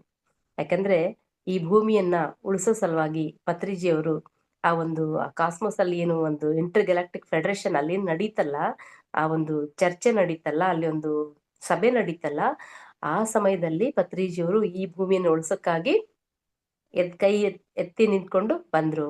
ಅವಾಗ ನೀವು ಒಬ್ಬರೇ ಹೋಗೋದ್ ಬೇಡ, ನಿಮ್ ಜೊತೆಗೆ 1,44,000 ಜನ ಮಾಸ್ಟರ್ಸ್ನ ಕರ್ಕೊಂಡು ಹೋಗ್ರಿ ಅಂತ ಹೇಳಿದಾಗ ಅದಕ್ಕೆ ಸರ್ ಹಂಗೆ ತೋರಿಸಿ ಅಲ್ಲಿಂದ ಜೊತೆಗೆ ಬಂದಿದ್ಯಾ ಅಂತಂದು ಹೇಳಿದ್ರು ಅಂತಂದ್ರು. ನಾನು ಯಾವಾಗ ನನಗೆ ಅದೆಲ್ಲ ಅರಿವಾಯ್ತಂದ್ರೆ, ನಾನು ಈ ನ್ಯೂ ಎನರ್ಜಿ ಪುಸ್ತಕವನ್ನ ಟ್ರಾನ್ಸ್ಲೇಟ್ ಮಾಡುವಾಗ ಕಂಪ್ಲೀಟ್ ಆಗಿ ಪತ್ರಿಜಿ ಅಂದ್ರೆ ಯಾರು, ನಾನು ಯಾರು, ಮತ್ತು ಲೈಟ್ ವರ್ಕರ್ಸ್ ನಾವೆಲ್ಲ ಈ ದಿವ್ಯವಾದ ದಾರಿಯಲ್ಲಿ ಯಾರ್ಯಾರು ಈ ಕೆಲಸವನ್ನ ಮಾಡ್ತಾ ಇದ್ದೀವಲ್ಲ, ನಾವೆಲ್ಲರೂ ಯಾರು ಅಂತಕ್ಕಂಥ ಸತ್ಯವನ್ನ ನಾನು ಅರ್ಥ ಮಾಡ್ಕೊಂಡೆ. ನಿಜವಾಗಿಯೂ ಆ ಒಂದು ಗುರುಗಳು, ಒಬ್ಬ ಶಿಷ್ಯ ತಯಾರಾಗೋ ತನಕ ಗುರು ಪ್ರತ್ಯಕ್ಷ ಆಗೋದಿಲ್ವಂತೆ. ಆ ರೀತಿ ಎಷ್ಟೋ ಜನರಿಗೆ ಆಗಿರ್ಬೋದು. ಅದಕ್ಕೆ ಬಹಳ ಜನರಿಗೆ ಕೇಳ್ತಿರ್ತಾರೆ, ನಾವು ಪತ್ರಿ ಸರ್ ನೋಡೇ ಇಲ್ಲ ಅಂತ. ಇರ್ಲಿ, ಪರವಾಗಿಲ್ಲ, ಯಾರೂ ಬೇಜಾರಾಗ್ಬೇಡ್ರಿ. ನಾವು ಕೂಡ ಸಾಯಿಬಾಬಾ ಅವ್ರನ್ನ ನೋಡಿಲ್ಲ, ರಮಣ ಮಹರ್ಷಿಗಳನ್ನ ನೋಡಿಲ್ಲ, ಆದ್ರೂ ಅವರ ತತ್ವವನ್ನ, ಅವ್ರು ಹಾಕಿದ ದಾರಿಯಲ್ಲಿ ನಾವು ನಡೀತಾ ಇದೀವಲ್ಲ, ಅಷ್ಟು ಸಾಕು. ಪಿತಾಮಹ ಪತ್ರಿಜಿಯವ್ರು ಕೊಟ್ಟಂತಹ ಧ್ಯಾನ ಮಾರ್ಗ ಮತ್ತು ಅಹಿಂಸಾ ಮಾರ್ಗ, ಧ್ಯಾನ ಜಗತ್, ಪಿರಮಿಡ್ ಜಗತ್, ಸಸ್ಯಾಹಾರ ಜಗತ್, ಇದಕ್ಕೆ ನಾವು ಕೈ ಜೋಡಿಸಿದೀವಿ ಅಂದ್ರೆ ನಾವು ಪತ್ರಿ ಸರ್ ಜೊತೆ ಇದ್ದಂಗೆನೆ. ಅವರ ಸಂಕಲ್ಪದಲ್ಲಿ ನಾವು ನಡೀತಿದೀವಿ ಅಂದಾಗ, ಅವರ ಹೆಜ್ಜೆಯಲ್ಲಿ ನಾವು ಹೆಜ್ಜೆ ಇಟ್ಟು ನಡೀತಿದೀವಿ ಅಂದಾಗ ನಾವ್ ಯಾರು ನೋಡಿಲ್ಲ ಅನ್ನೋ ಆ ಒಂದು ಆತಂಕ ಇಲ್ಲ. ಆತಂಕ ಬೇಡ, ಭಯನೂ ಬೇಡ, ಚಿಂತೆನೂ ಬೇಡ. ಪತ್ರಿ ಸರ್ ಯಾರು ನಿಜವಾದ ಪರಿಪೂರ್ಣ ಹೃದಯದಿಂದ, ಪರಿಶುದ್ಧ ಸಂಕಲ್ಪ, ಪರಿಶುದ್ಧ ಹೃದಯದಲ್ಲಿರ್ತಾರೋ ಅವರೆಲ್ಲರ ಜೊತೆಯಲ್ಲಿ ಪಿತಾಮಹ ಪತ್ರಿಜಿಯವರು ಪ್ರತಿ ಕ್ಷಣ ಇದ್ದಾರೆ. ಇದಕ್ಕೆ ನಾನೇ ಸಾಕ್ಷಿ. ಒಂದು ಘಟನೆ ಹೇಳ್ತೀನಿ ನಿಮ್ಗೆ. 2012ರಲ್ಲಿ ನಾವು ಮೂಲತಃ ಮಾಂಸಾಹಾರ ಕುಟುಂಬದಿಂದ ಬಂದಂಥವ್ರು. ನಮ್ಮದು ನೇಕಾರ ಸಮಾಜ. ನೇಕಾರ ಸಮಾಜ ಅಂದ್ರೆ ಅದರಲ್ಲಿ ಪದ್ಮಶಾಲಿ ಅಂತ ಬರುತ್ತೆ. ಅಲ್ಲಿ ಏನಂದ್ರೆ ನಮ್ಮ ಜನಾಂಗದವರು ಕಂಪ್ಲೀಟ್ ಆಗಿ ಮದ್ಯ ಮತ್ತು ಮಾಂಸ. ಆ ಇಳಕಲ್, ಆ ಗಜೇಂದ್ರಗಡ ಭಾಗದಲ್ಲಿ ಇರೋರಿಗೆ ಗೊತ್ತಾಗಿರುತ್ತೆ, ಅಲ್ಲೆಲ್ಲ ಜಾಸ್ತಿ ನೇಕಾರ ಸೀರೆ ನೇಯೋರು. ಅದರಲ್ಲಿ ನೇಕಾರಲ್ಲೇ ಬೇರೆ ಬೇರೆ ಕ್ಯಾಟಗರೀಸ್ ಬರ್ಬೋದು, ದೇವಾಂಗ, ಕುರುಹಿನ ಶೆಟ್ಟಿ ಅಂತ. ಅದ್ರಲ್ಲಿ ನಮ್ದು ಪದ್ಮಶಾಲಿ ಸಮಾಜದಿಂದ ಬಹಳ ನಾನ್ ವೆಜ್ ನಮ್ಮ ಆ ಕುಲದಲ್ಲಿ ಹುಟ್ಟಿ ನಾನ್ ವೆಜ್ ತಿನ್ಲಾರ್ದ ಹೆಂಗೆ ಅಂತ ಅನ್ನೋರು. ನಾನ್ ವೆಜ್ ಸಹಜವಾಗಿ ಬಂದ್ಬಿಟ್ಟಿತ್ತು. ಚಿಕ್ಕ ಮಕ್ಕಳಿದ್ದಾಗಿಂದ ಕಲಿಸ್ಬಿಡ್ತಾರಲ್ಲ. ನಿಜವಾಗ್ಲು ಎಷ್ಟು ಘೋರ ಅನ್ಸುತ್ತಂದ್ರೆ, ತನ್ನ ಸಣ್ಣ ಮಗುವಿನ ಕತ್ತು ನಿಲ್ಬೇಕಂದ್ರೆ ತಲೆ ಮಾಂಸ ತಿನ್ನಿಸ್ತಾರೆ ಬಾಣತಿಗೆ. ಯಾಕೆಂದ್ರೆ ಆ ತಲೆ ಬೋನ್ ಎಲ್ಲ ಗಟ್ಟಿ ಆಗ್ಬೇಕಂತೆ. ಎಷ್ಟು ಘೋರ. ಇನ್ನೊಂದರ ಮಗುವನ್ನ ಸಾಯಿಸಿ ನನ್ನ ಮಗು ಚೆನ್ನಾಗಿರ್ಲಿ ಅಂದ್ರೆ ರೌರವ ನರ್ಕನೇ ಪ್ರಾಪ್ತಿ ಆಗೋದು. ಇನ್ನೊಬ್ರು ಚೆನ್ನಾಗಿರ್ಲಿ ಅಂದ್ರೆ ನಾವು ಚೆನ್ನಾಗಿರ್ತೀವಿ. ಯಾಕಂದ್ರೆ ಈ ಯೂನಿವರ್ಸ್ ಅಲ್ಲಿ ಒಂದು ಕಾನೂನು ಇದೆ, ಒಂದು ಸಿದ್ಧಾಂತ ಐತೆ. ಏನಂದ್ರೆ ನಾವು ಇನ್ನೊಬ್ಬರಿಗೆ ಏನನ್ನ ಕೊಡ್ತೀವಿ, ಅದು ನಮ್ಗೆ 10 ಪಟ್ಟು ವಾಪಸ್ ಬರುತ್ತೆ. ಏನ್ ಕೊಡ್ತೀವ್ರಿ? ನೋವು ಕೊಡ್ತಾ ಇದೀವಿ, ಹಿಂಸೆ ಕೊಡ್ತಾ ಇದೀವಿ. ಮತ್ ನಾನ್ ಚೆನ್ನಾಗಿರ್ಲಿ, ನನ್ ಮಕ್ಕಳು ಚೆನ್ನಾಗಿರ್ಲಿ, ನನ್ ಪರಿವಾರ ಚೆನ್ನಾಗಿರ್ಲಿ. ಆ ತಟ್ಟೆಯಲ್ಲಿ ಸತ್ತಿರೋ ಮೀನ್ ಹಾಕೊಂಡು, ಸತ್ತಿರೋ ಕೋಳಿ ತುಂಡು ಹಾಕೊಂಡು, ಮೇಕೆ ತುಂಡು ಹಾಕೊಂಡು, ಅದಕ್ಕೆ ಫ್ಯಾಮಿಲಿ ಇರುತ್ತಲ್ಲ, ಅದಕ್ಕೆ ಅಪ್ಪ ಅಮ್ಮ ಮಕ್ಳು ಇರ್ತಾರಲ್ಲ. ನಾವೆಲ್ಲೋ ಹೊರಗಡೆ ಹೋಗಿರ್ತೀವಿ, ಊರಿಗೋ ಆಫೀಸ್ಗೋ ಹೋಗಿರ್ತೀವಿ, ಶಾಲೆಗೆ ಹೋಗಿರ್ತೀವಿ. ಸಂಜೆ ಆದ ತಕ್ಷಣ ಬರ್ತಾರ ಅನ್ನೋದೊಂದು ಮನೇಲಿರ್ತಕ್ಕಂಥ ಸದಸ್ಯರಿಗೆ, ಗಂಡ ಮಕ್ಕಳು ಮತ್ತೆ ಮನೆಯವರಿಗೆ. ನಾನು ಒಂದ್ ಅರ್ಧ ಗಂಟೆ ಲೇಟ್ ಆದ್ರೆ ಫೋನ್ ಮಾಡ್ತಾರೆ, ಯಾಕೆ ಬಂದಿಲ್ಲಲ್ಲ? ಇಲ್ಲ, ನಾನು ಮೀಟಿಂಗ್ ಹೋಗಿದ್ದೆ, ಅಥವಾ ಆಫೀಸ್ಗೆ ಹೋಗಿದ್ದೆ, ಅಥವಾ ಮಾರ್ಕೆಟ್ ಅಲ್ಲಿ ಏನೋ ತರ್ತಾ ಇದ್ದೀನಿ. ಸರಿ, 1 ಗಂಟೆ ಆದ್ರೂ ಹೋಗಿಲ್ಲ ಅಂದ್ರೆ ಮತ್ತೆ ಕಾಲ್ ಬರುತ್ತೆ. ಒಂದ್ ವೇಳೆ ನಾನು ಮನೆಗೆ ಹೋಗೇ ಇಲ್ಲ ಅಂದ್ರೆ, ಇನ್ನು ಲೈಫಲ್ಲಿ ನಾನು ಅವ್ರ ಮುಖ ನೋಡೋದಿಲ್ಲ ಅಂದ್ರೆ ಅವ್ರ ಗತಿ ಏನಾಗ್ಬೇಡ. ಅದೇ ತರ ಆದ್ರೆ ಒಂದ್ ವೇಳೆ ಪ್ರಾಣಿಗಳಿಗೆ ಏನಾದ್ರೂ ಬಾಯಿ ಇತ್ತು ಅಂದ್ರೆ ನಮ್ಮನ್ನ ನಮ್ಮ ಊರಿನ ಮೇನ್ ಸರ್ಕಲ್ಗಳಲ್ಲಿ ನಿಲ್ಲಿಸಿ ನಮ್ಗೆ ಹೊಡಿತಿದ್ವು. ಒಂದು ನಮ್ಮ 5 ಅಡಿ ದೇಹ, 6 ಅಡಿ ದೇಹಕ್ಕೆ ಒಂದು ಎಲ್ಲೋ ಭಾಗದಲ್ಲಿ ಸಣ್ಣ ಸೊಳ್ಳೆ, ಅದು ಒಂದ್ ಸ್ವಲ್ಪ ಡ್ರಾಪ್, ಅದು ಹೊಟ್ಟೆ ಎಷ್ಟಿರ್ತೀರಿ, ಸೊಳ್ಳೆನೆ ಸಣ್ಣದು, ಅದ್ರ ಹೊಟ್ಟೆ ಎಷ್ಟಿರ್ತ ಅದ್ರಲ್ಲಿ ಒಂದ್ ಸ್ವಲ್ಪ ರಕ್ತ ಕುಡಿಯಕ್ ಕುತ್ಕೊಂಡ್ರೆ ನಾವು ಸೈನಿಕರ ತರ ಹೊಡಿತೀವಿ ಅದನ್ನ. ಆ ಸೊಳ್ಳೆ ಇಲ್ಲಿ ಕುಂತು ಕಡಿತಿದೆ ಅಂದ್ರೆ ನಮ್ಮ ಎಕ್ಸ್ಪ್ರೆಷನ್ ನೋಡ್ಬೇಕು, ಅದೇ ಒಟ್ಟ ತಪ್ಪಿಸ್ಕೋಬಾರ್ದು, ಈ ಸದ್ಯ ಸಾಯ್ಬೇಕಂತೇಳಿ ಅದನ್ನ ಹೊಡಿತೀವಿ. ಕೆಂಪಿರ್ವಿ, ಈ ಬ್ಯಾಸ್ಗೆ ಬಂತ ನೋಡ್ರಿ, ಕೆಂಪಿರ್ವಿ ಸ್ಟಾರ್ಟ್ ಇನ್ನ ಅದೆಲ್ಲೋ ಕಚ್ಬಿಡ್ತಂದ್ರೆ ಅದನ್ನ ಒಸ್ಕಾಕ್ಬಿಡ್ತೀವಿ, ಕಸ್ ಕಸ್ ಕಸ್ ಅಂತ. ಅದು ಅನ್ಕೋಬಹುದಲ್ಲ, ಅಲ್ಲ ನೀವು 5-6 ಅಡಿ ಇದೀರಿ, ನಾನು ಒಂದು ಕೂದಲಲ್ಲಿ ಎಷ್ಟು ಚುಚ್ಚಿ ನಾನು ಒಂದಿಷ್ಟು ಪ್ರಮಾಣದ ರಕ್ತ ತಗೊಂಡ್ರೆ ನೀವು ಸಾಯಿಸ್ಬಿಟ್ರಲ್ಲ ನನ್ನ. ಮತ್ ನೀವು ಅಷ್ಟು ದೊಡ್ಡ ದೊಡ್ಡ ಪ್ರಾಣಿಗಳನ್ನ ಕಟ್ ಮಾಡ್ಕೊಂಡು ತಿಂತೀರಲ್ಲ, ನಿಮಗೆ ಏನ್ ತಗೊಂಡು ಹೊಡಿಬೇಕು ಅಂತ ಕೇಳ್ಬೋದು ಅವ್ ನಮ್ಗೆ. ಬಾಯಿಲ್ಲ ಪಾಪ, ಮೂಕ ಜಾನುವಾರುಗಳು ಅಂತ ಕರೀತಾರೆ ಅವ್ರು. ಆದ್ರೆ ಎಷ್ಟು ಅಜ್ಞಾನ ನಮ್ದು. ಮೇಡಮ್ ಅವ್ರು ಹೇಳಿದ್ರು, ಹನುಮಸಾಗರ ಧ್ಯಾನ ಮಹಾಯಜ್ಞ. ಆ ಧ್ಯಾನ ಮಹಾಯಜ್ಞಕ್ಕಿಂತ ಮುಂಚೆ ಸ್ವಲ್ಪ ನಾವು ಈ ಆಧ್ಯಾತ್ಮಿಕತೆ. ಮೇಡಮ್, ನನ್ನ ಎಕ್ಸ್ಪೀರಿಯನ್ಸ್ ಅನ್ನ ಬಹಳ ಜನ ಕೇಳಿದ್ದಾರೆ, ಆದ್ರೂ ಒಂದು ಸಣ್ಣ ಪ್ರಮಾಣದಲ್ಲಿ ಹೇಳ್ಬೇಕು ಅನ್ಕೊಂಡಿನಿ ಅಷ್ಟೇ. ಯಾಕಂದ್ರೆ ಇಲ್ಲಿ ನಮ್ಗೆ ಈ ಧ್ಯಾನ ಮಹಾಯಜ್ಞ ಮತ್ತೆ ಈ ಸಸ್ಯಾಹಾರ ಬಗ್ಗೆನೆ ಬೇಕಲ್ಲ. ನಾನು ಮೇಡಮ್ ಅವ್ರು ಹೇಳಿದ್ರು, ನಾನು ಲಲಿತಾ ಅಂತ ಹೇಳಿ, ಲಲಿತಾ ನಾರಾಯಣ್ ವಗ್ಗ. ಲಲಿತಾ ಅನ್ನೋದು ಮೂಲತಃ ಹೆಸರು, ಮದ್ವೆ ಆದ್ಮೇಲೆ ನಾರಾಯಣ್ ವಗ್ಗ ಅಂತಕ್ಕಂಥದ್ದು ಆಡ್ ಆಗಿರ್ತಂತೆ ಇರೋ ಹೆಸರು. ನಾನು 89 88ರಲ್ಲಿ ನಾನು PUC ಸೆಕೆಂಡ್ ಮುಗೀತು. ಸೆಕೆಂಡ್ PU ಅಲ್ಲೇ ಹನುಮಸಾಗರ ಜೂನಿಯರ್ ಕಾಲೇಜಲ್ಲಿ ನಾನು ಓದಿರೋದು. 1ನೇ ಕ್ಲಾಸಿಂದ ಮತ್ತೆ ಹುಲ್ಗಿ ಮುನ್ರಾಬಾದಲ್ಲಿ ಒಂದು 6-7ನೇ ಕ್ಲಾಸ್ ಓದಿದೆ. 8th 9th 10th ಮಸ್ಕೇಲಿ ಓದಿದೆ. ಮತ್ತೆ PU first year second year teacher training program ಎಲ್ಲ ನಾನು ಅಲ್ಲೇ ಮುಗಿಸ್ಕೊಂಡಿದ್ದು. 89 ಮದ್ವೆ ಆಯ್ತು. ಅವಾಗಿಂದ ಗಂಗಾವತಿಗೆ ಬಂದ್ಬಿಟ್ಟೆ ನಾನು. ಗಂಗಾವತಿಗೆ ಬಂದಾದ್ಮೇಲೆ ನಾನು 10 ವರ್ಷ ಹುಡುಗಿ ಇದ್ದಾಗ ನನ್ನ ಒಳಗಡೆಯಿಂದ ಒಂದು ವಾಯ್ಸ್ ಬರ್ತಾ ಇತ್ರಿ. ಅಲ್ಲೆಲ್ಲ ಕರಿಸಿದ್ದೇಶ್ವರ ಒಂದು ಮಠ ಇತ್ತಲ್ಲಿ. ಆ ಬ್ರಾಹ್ಮಿನ್ಸ್ ಓಣಿ ಒಳಗಡೆನೆ ನನ್ನ ಫ್ರೆಂಡ್ಸ್ ಎಲ್ಲ ಇದ್ರು. ಕಸ್ತೂರಿ ಮತ್ತೆ ಶಾರದಾ, ತುಂಗಾ, ಆಮೇಲೆ ಇಂದಿರಾ ಅಂತ ಸಾಕಷ್ಟು ಜನ ಕ್ಲಾಸ್ಮೇಟ್ಸ್ ಎಲ್ಲ ಇದ್ರು. ಅಲ್ಲಿ ಆಟ ಆಡ್ಲಿಕ್ಕೆ ಹೋಗ್ತಿದ್ವಿ ನಾವು. ಯಾಕಂದ್ರೆ ಕರಿಸಿದ್ದೇಶ್ವರ ಮಠದಲ್ಲಿ ಹೆಚ್ಚು ಆಟ ಆಡ್ತಾ ಇದ್ವಿ. ಅಲ್ಲಿ ಒಂದು ಒಳಗಡೆಯಿಂದ ವಾಯ್ಸ್ ಬರೋದು, ನೀನು ಬಹಳ ದೊಡ್ಡ ಕೆಲಸ ಮಾಡೋದಕ್ಕೆ ಭೂಮಿಗೆ ಬಂದಿದ್ದೀಯ, ಆ ಕೆಲಸ ನಿನ್ನಿಂದ ಆಗುತ್ತೆ. ನನಗೆ ಪದೇ ಪದೇ ಅದು ಒಳಗಡೆಯಿಂದ ಎಷ್ಟು ಸ್ಪಷ್ಟವಾಗಿ ನೆನಪಿದೆ ರೀ ನನಗೆ, ಆ ವಾಯ್ಸ್ ಇನ್ನೂವರೆಗೂ ನೆನಪೈತೆ ನನಗೆ. ಅವಾಗ ನಾವೆಲ್ಲ ಹೆಂಗ್ ಬೆಳಿತಿದ್ವಿ ಅಂದ್ರೆ, ಅಪ್ಪ ಅಮ್ಮನ್ ಕಂಡ್ರೆ ನಾವು ಅಪ್ಪ ಅಮ್ಮನಿಗೆ ಕ್ಲೋಸ್ ಇರ್ತಿರ್ಲಿಲ್ಲ, ಒಂದು ಭಯದಲ್ಲೇ ಇದ್ವಿ. ತಮಗೂ ಕೂಡ ನನ್ನ ಒಂದು ಆ ಏಜ್ ಅವ್ರು ಇದ್ರೆ ಅದು ನೆನಪಿರುತ್ತ್ರಿ. ಇತ್ತೀಚೆಗೆ ಈ 15-20 ವರ್ಷದಿಂದ ರೀ ಮಕ್ಕಳು ಅಪ್ಪ ಅಮ್ಮನ್ನ ಮಕ್ಕಳನ್ನ ಮಾತಾಡ್ಸ್ಬೇಕಂದ್ರೆ ಅಪ್ಪ ಅಮ್ಮ ಭಯ ಪಡ್ಬೇಕು. ಮಕ್ಕಳು ಮೂಡ್ ನೋಡ್ಕೊಂಡು ಅಪ್ಪ ಅಮ್ಮ ಮಾತಾಡ್ಸ್ಬೇಕಂತ ಪರಿಸ್ಥಿತಿ ಬಂದಿತ್ತು ಇವಾಗ. ಆದ್ರೆ ನಾವ್ ಇವತ್ತಿಷ್ಟು ಪರ್ಫೆಕ್ಟ್ ಆಗಿದ್ದೀವಿ, ಒಂದೇನೋ ಸಾಧನೆ ಮಾಡಿದೀವಿ, ಒಂದೆಲ್ಲೋ ಇದ್ದೀವಿ, 4 ಜನ ನಮ್ಮನ್ನ ಕೈ ತೋರಿಸ್ಲಾರ್ದಂಗೆ ಒಂದಷ್ಟು ಹೆಸರು ಹೇಳ್ತಾರಂದ್ರೆ ಅಪ್ಪ ಅಮ್ಮ ಬೆಳೆಸಿದ ರೀತಿ. ಅಪ್ಪ ಒಳಗಡೆ ಇದ್ರನ್ನ ಹೊರಗಡೆ ಇರ್ತಿದ್ವಿ, ಅಪ್ಪ ಹೊರಗಿದ್ರನ್ನ ಒಳಗ್ ಬರ್ತಿದ್ವಿ. ಅಂತ ಭಯದ ವಾತಾವರಣದಲ್ಲಿ ಬೆಳೆದರು. ಯಾಕೆ ನಮ್ಗೆ ಅವ್ರು ಆ ರೀತಿ ಬೆಳೆಸಿದ್ರು ಅಂದ್ರೆ, ನಾನೊಬ್ಬ ಟೀಚರ್, ದಿನನಿತ್ಯ ಮಕ್ಕಳ ಒಡನಾಟದಲ್ಲಿರೋದು ಮತ್ತು ಪೇರೆಂಟ್ಸ್ ಒಡನಾಟದಲ್ಲಿರ್ತೀನಿ. ನನ್ನ ತಂದೆ ನೆನಪಿದೆ ನನಗೆ, ಯಾರಾದ್ರೂ ಹೊರಗಡೆ ಓಣಿಯಲ್ಲಿ ಯಾರಾದ್ರೂ ಜಗಳಾಡಿದ್ರು ಅಂದ್ರೆ ಫಸ್ಟ್ ಏಟ್ ಬೀಳೋದು ನನಗೆ. ಯಾಕಂದ್ರೆ ನಾನ್ ತಪ್ಪು ಮಾಡಬಾರ್ದು ಅನ್ನೋ ಅವ್ರ ಕಾಳಜಿ. ನನಗನ್ನಿಸ್ತಿತ್ತು ನಾನು ಏನು ಮಾಡೇ ಇಲ್ಲ, ಅಲ್ಲಿ ಅವ್ರು ಯಾರೋ ಜಗಳಾಡ್ತಿದ್ರೆ ನನಗೆ ಕೊಡಿಬೇಕು ನಮ್ಮಪ್ಪ, ಜಬರ್ಸಿ ಒಳಗ್ ಕರ್ಕೊಂಡು ಹೋಗೋದು, ಈ ತರ ಮಾಡ್ತಾ ಇದ್ರು. ಆದ್ರೆ ಇವತ್ತು ನನ್ನ ಶಾಲೆಯಲ್ಲಿ ಮಕ್ಕಳು 2 ಮಕ್ಕಳು ಬಡದಾಡ್ತವೆ, ಜಗಳಾಡಿದ್ರೆ 3ನೇ ಮಗು ಹೋಗಿ ಅಮ್ಮನಿಗೆ ರಿಪೋರ್ಟ್ ಕೊಡುತ್ತೆ. ಓಣಿಯಲ್ಲಿ ಶಾಲೆ ಇರೋದ್ರಿಂದ ಸರ್ಕಾರ ಏನ್ ಮಾಡ್ತಂದ್ರೆ, ಮಕ್ಕಳಿಗೆ ಕಷ್ಟ ಆಗ್ಬಾರ್ದು ಅಂತ ಪ್ರತಿ ಏರಿಯಾದಲ್ಲಿ 1 ಕಿಲೋಮೀಟರ್ಗೆ ಒಂದೊಂದು ಶಾಲೆನ ನಿರ್ಮಾಣ ಮಾಡ್ತು.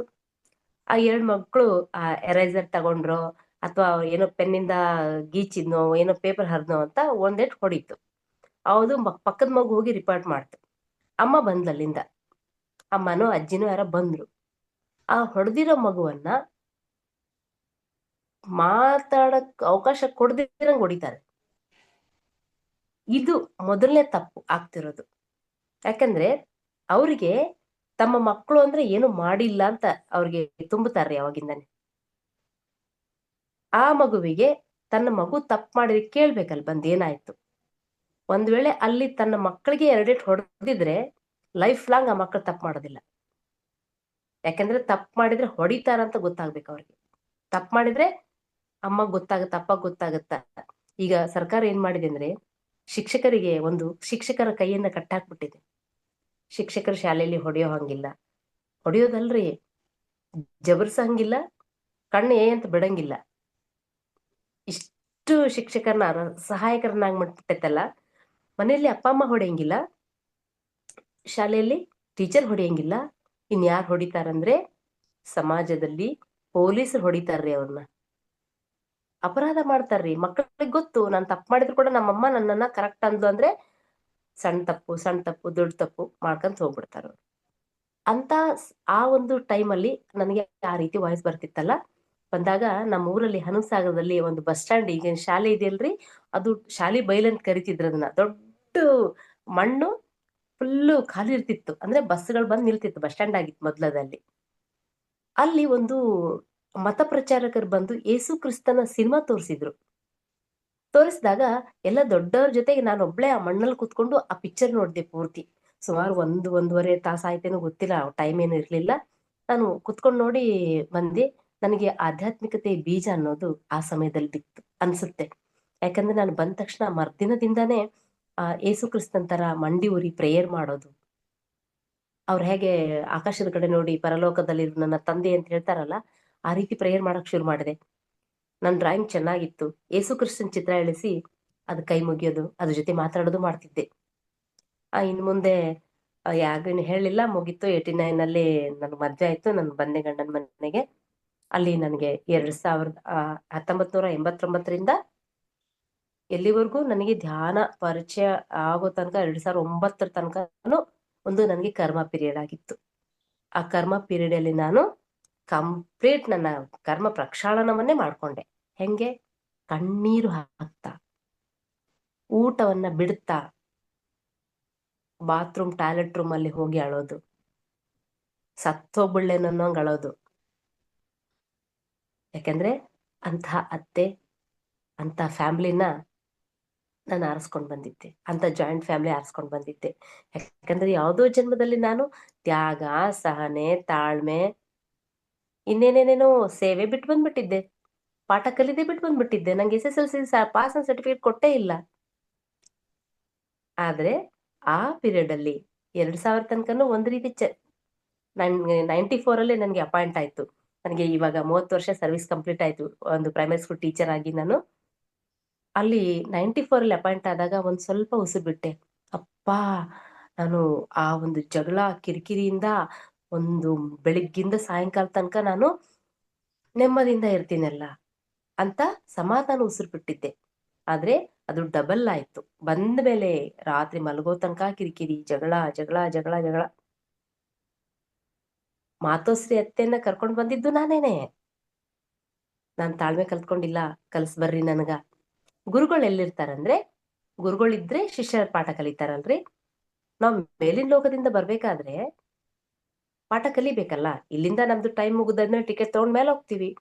ಹೋದ್ಮೇಲೆ ಅಲ್ಲಿ ನಮ್ಮ LCD ನೋಡ್ಕೊಂತೀವಿ ನಾವೇ. ಅಲ್ಲಿ ಯಾರು ಪಾಪ ಪುಣ್ಯ ಲೆಕ್ಕ ಮಾಡ್ಲಿಕ್ಕೆ ಚಿತ್ರಗುಪ್ತ ಇರಲ್ಲ, ದೊಡ್ಡ ಪೇಟ ಇಟ್ಕೊಂಡು ದೊಡ್ಡ ಲೆಡ್ಜರ್ ಇಟ್ಕೊಂಡು ಕುಂತಿರಲ್ಲ. ಚಿತ್ರಗುಪ್ತ ಅಲ್ಲತ, ಗುಪ್ತ ಚಿತ್ರ. ಯಾರು ಯಮದೂತರು ಇರಲ್ಲ, ಯಾರು ಬದ್ನೆಕಾಯಿ ಇರಲ್ಲ. ಅಲ್ಲಿರೋ ಎಲ್ಲ ಕಾರ್ಯಕರ್ತರು, ನಮ್ಮ ಸ್ನೇಹಿತರು. ನಾವೇ ಅವ್ರಿಗೆ ಹೇಳಿ ಬಂದಿರ್ತೀವಿ. ಅದರ ಅದ್ಭುತವಾದಂತ ಡೀಟೇಲ್ಸ್ ಬೇಕಂದ್ರೆ ಸತ್ಯಪರ್ಣ ದಯವಿಟ್ಟು ಓದ್ರಿ, ಅಥವಾ ನಾನು ಇದನ್ನ ವರ್ಕ್ಶಾಪ್ ಮಾಡಿರೋ ಲಿಂಕ್ ಇದ್ರೆ ದಯವಿಟ್ಟು ನೋಡ್ರಿ. ಒಂದು ಆತ್ಮ ಈ ಭೂಮಿಗೆ ಜನ್ಮ ತಗೊಂಡು ಬರ್ಬೇಕು ಅಂತ ಡಿಸೈಡ್ ಆಯ್ತು ಅಂದ್ರೆ ಎಷ್ಟು ಜನ್ಮ, ಯಾರ್ಯಾವ ತಂದೆ ತಾಯಿಗಳು, ಯಾವ ಪ್ರದೇಶದಲ್ಲಿ ಹುಟ್ಟಬೇಕು, ಪ್ರತಿ ಸೆಕೆಂಡ್ ಸೆಕೆಂಡ್ ಸೆಕೆಂಡ್ ನಾವು ಫಿಕ್ಸ್ ಮಾಡ್ಕೊಂಡ್ ಬರ್ತೀವಿ. ಎಷ್ಟು ಉಸಿರಾಟದ ಸರ್ಕಲ್ಗಳು, ಯಾವ ಜನ್ಮ ಮತ್ತೇನಂತ ಎಲ್ಲವೂ ಮಾಡ್ಕೊಂಡ್ ಬರ್ತೀವಿ. ಇದನ್ನ ಬರ್ದಿರೋರು ರೂಪಾ ವೆಂಕಟೇಶ್ ಮೇಡಮ್ ಅವರು, ಚಿಕ್ಕನಾಯಕನಹಳ್ಳಿ ಅವರು. ಇದು ಪುಸ್ತಕ ಬರ್ಸಿರೋದು ಯಾರಂದ್ರೆ ಭೃಗು ಮಹರ್ಷಿ ಮತ್ತೆ ಅತ್ರಿ ಮಹರ್ಷಿ ಅವರು. ಅವರಿಗೆ ಚಾನಲಿಂಗ್ ಆಗಿ ಬರ್ಸಿದಂತ ಪುಸ್ತಕ ಇದು. ನನ್ನ ಸ್ಟೋರಿ ಅಲ್ಲಿಗೆ ಬಿಟ್ಟೆ. ನಾನು 2000ದಲ್ಲಿ ಒಂದ್ ರೀತಿ ಜಗಳ ಆಡ್ಕೊಂಡು ಬಡ್ದಾಡ್ಕೊಂಡು ಒಂದು 6 ಮದ್ವೆ ಮಾಡಿದೆ. ಮೈದ್ನ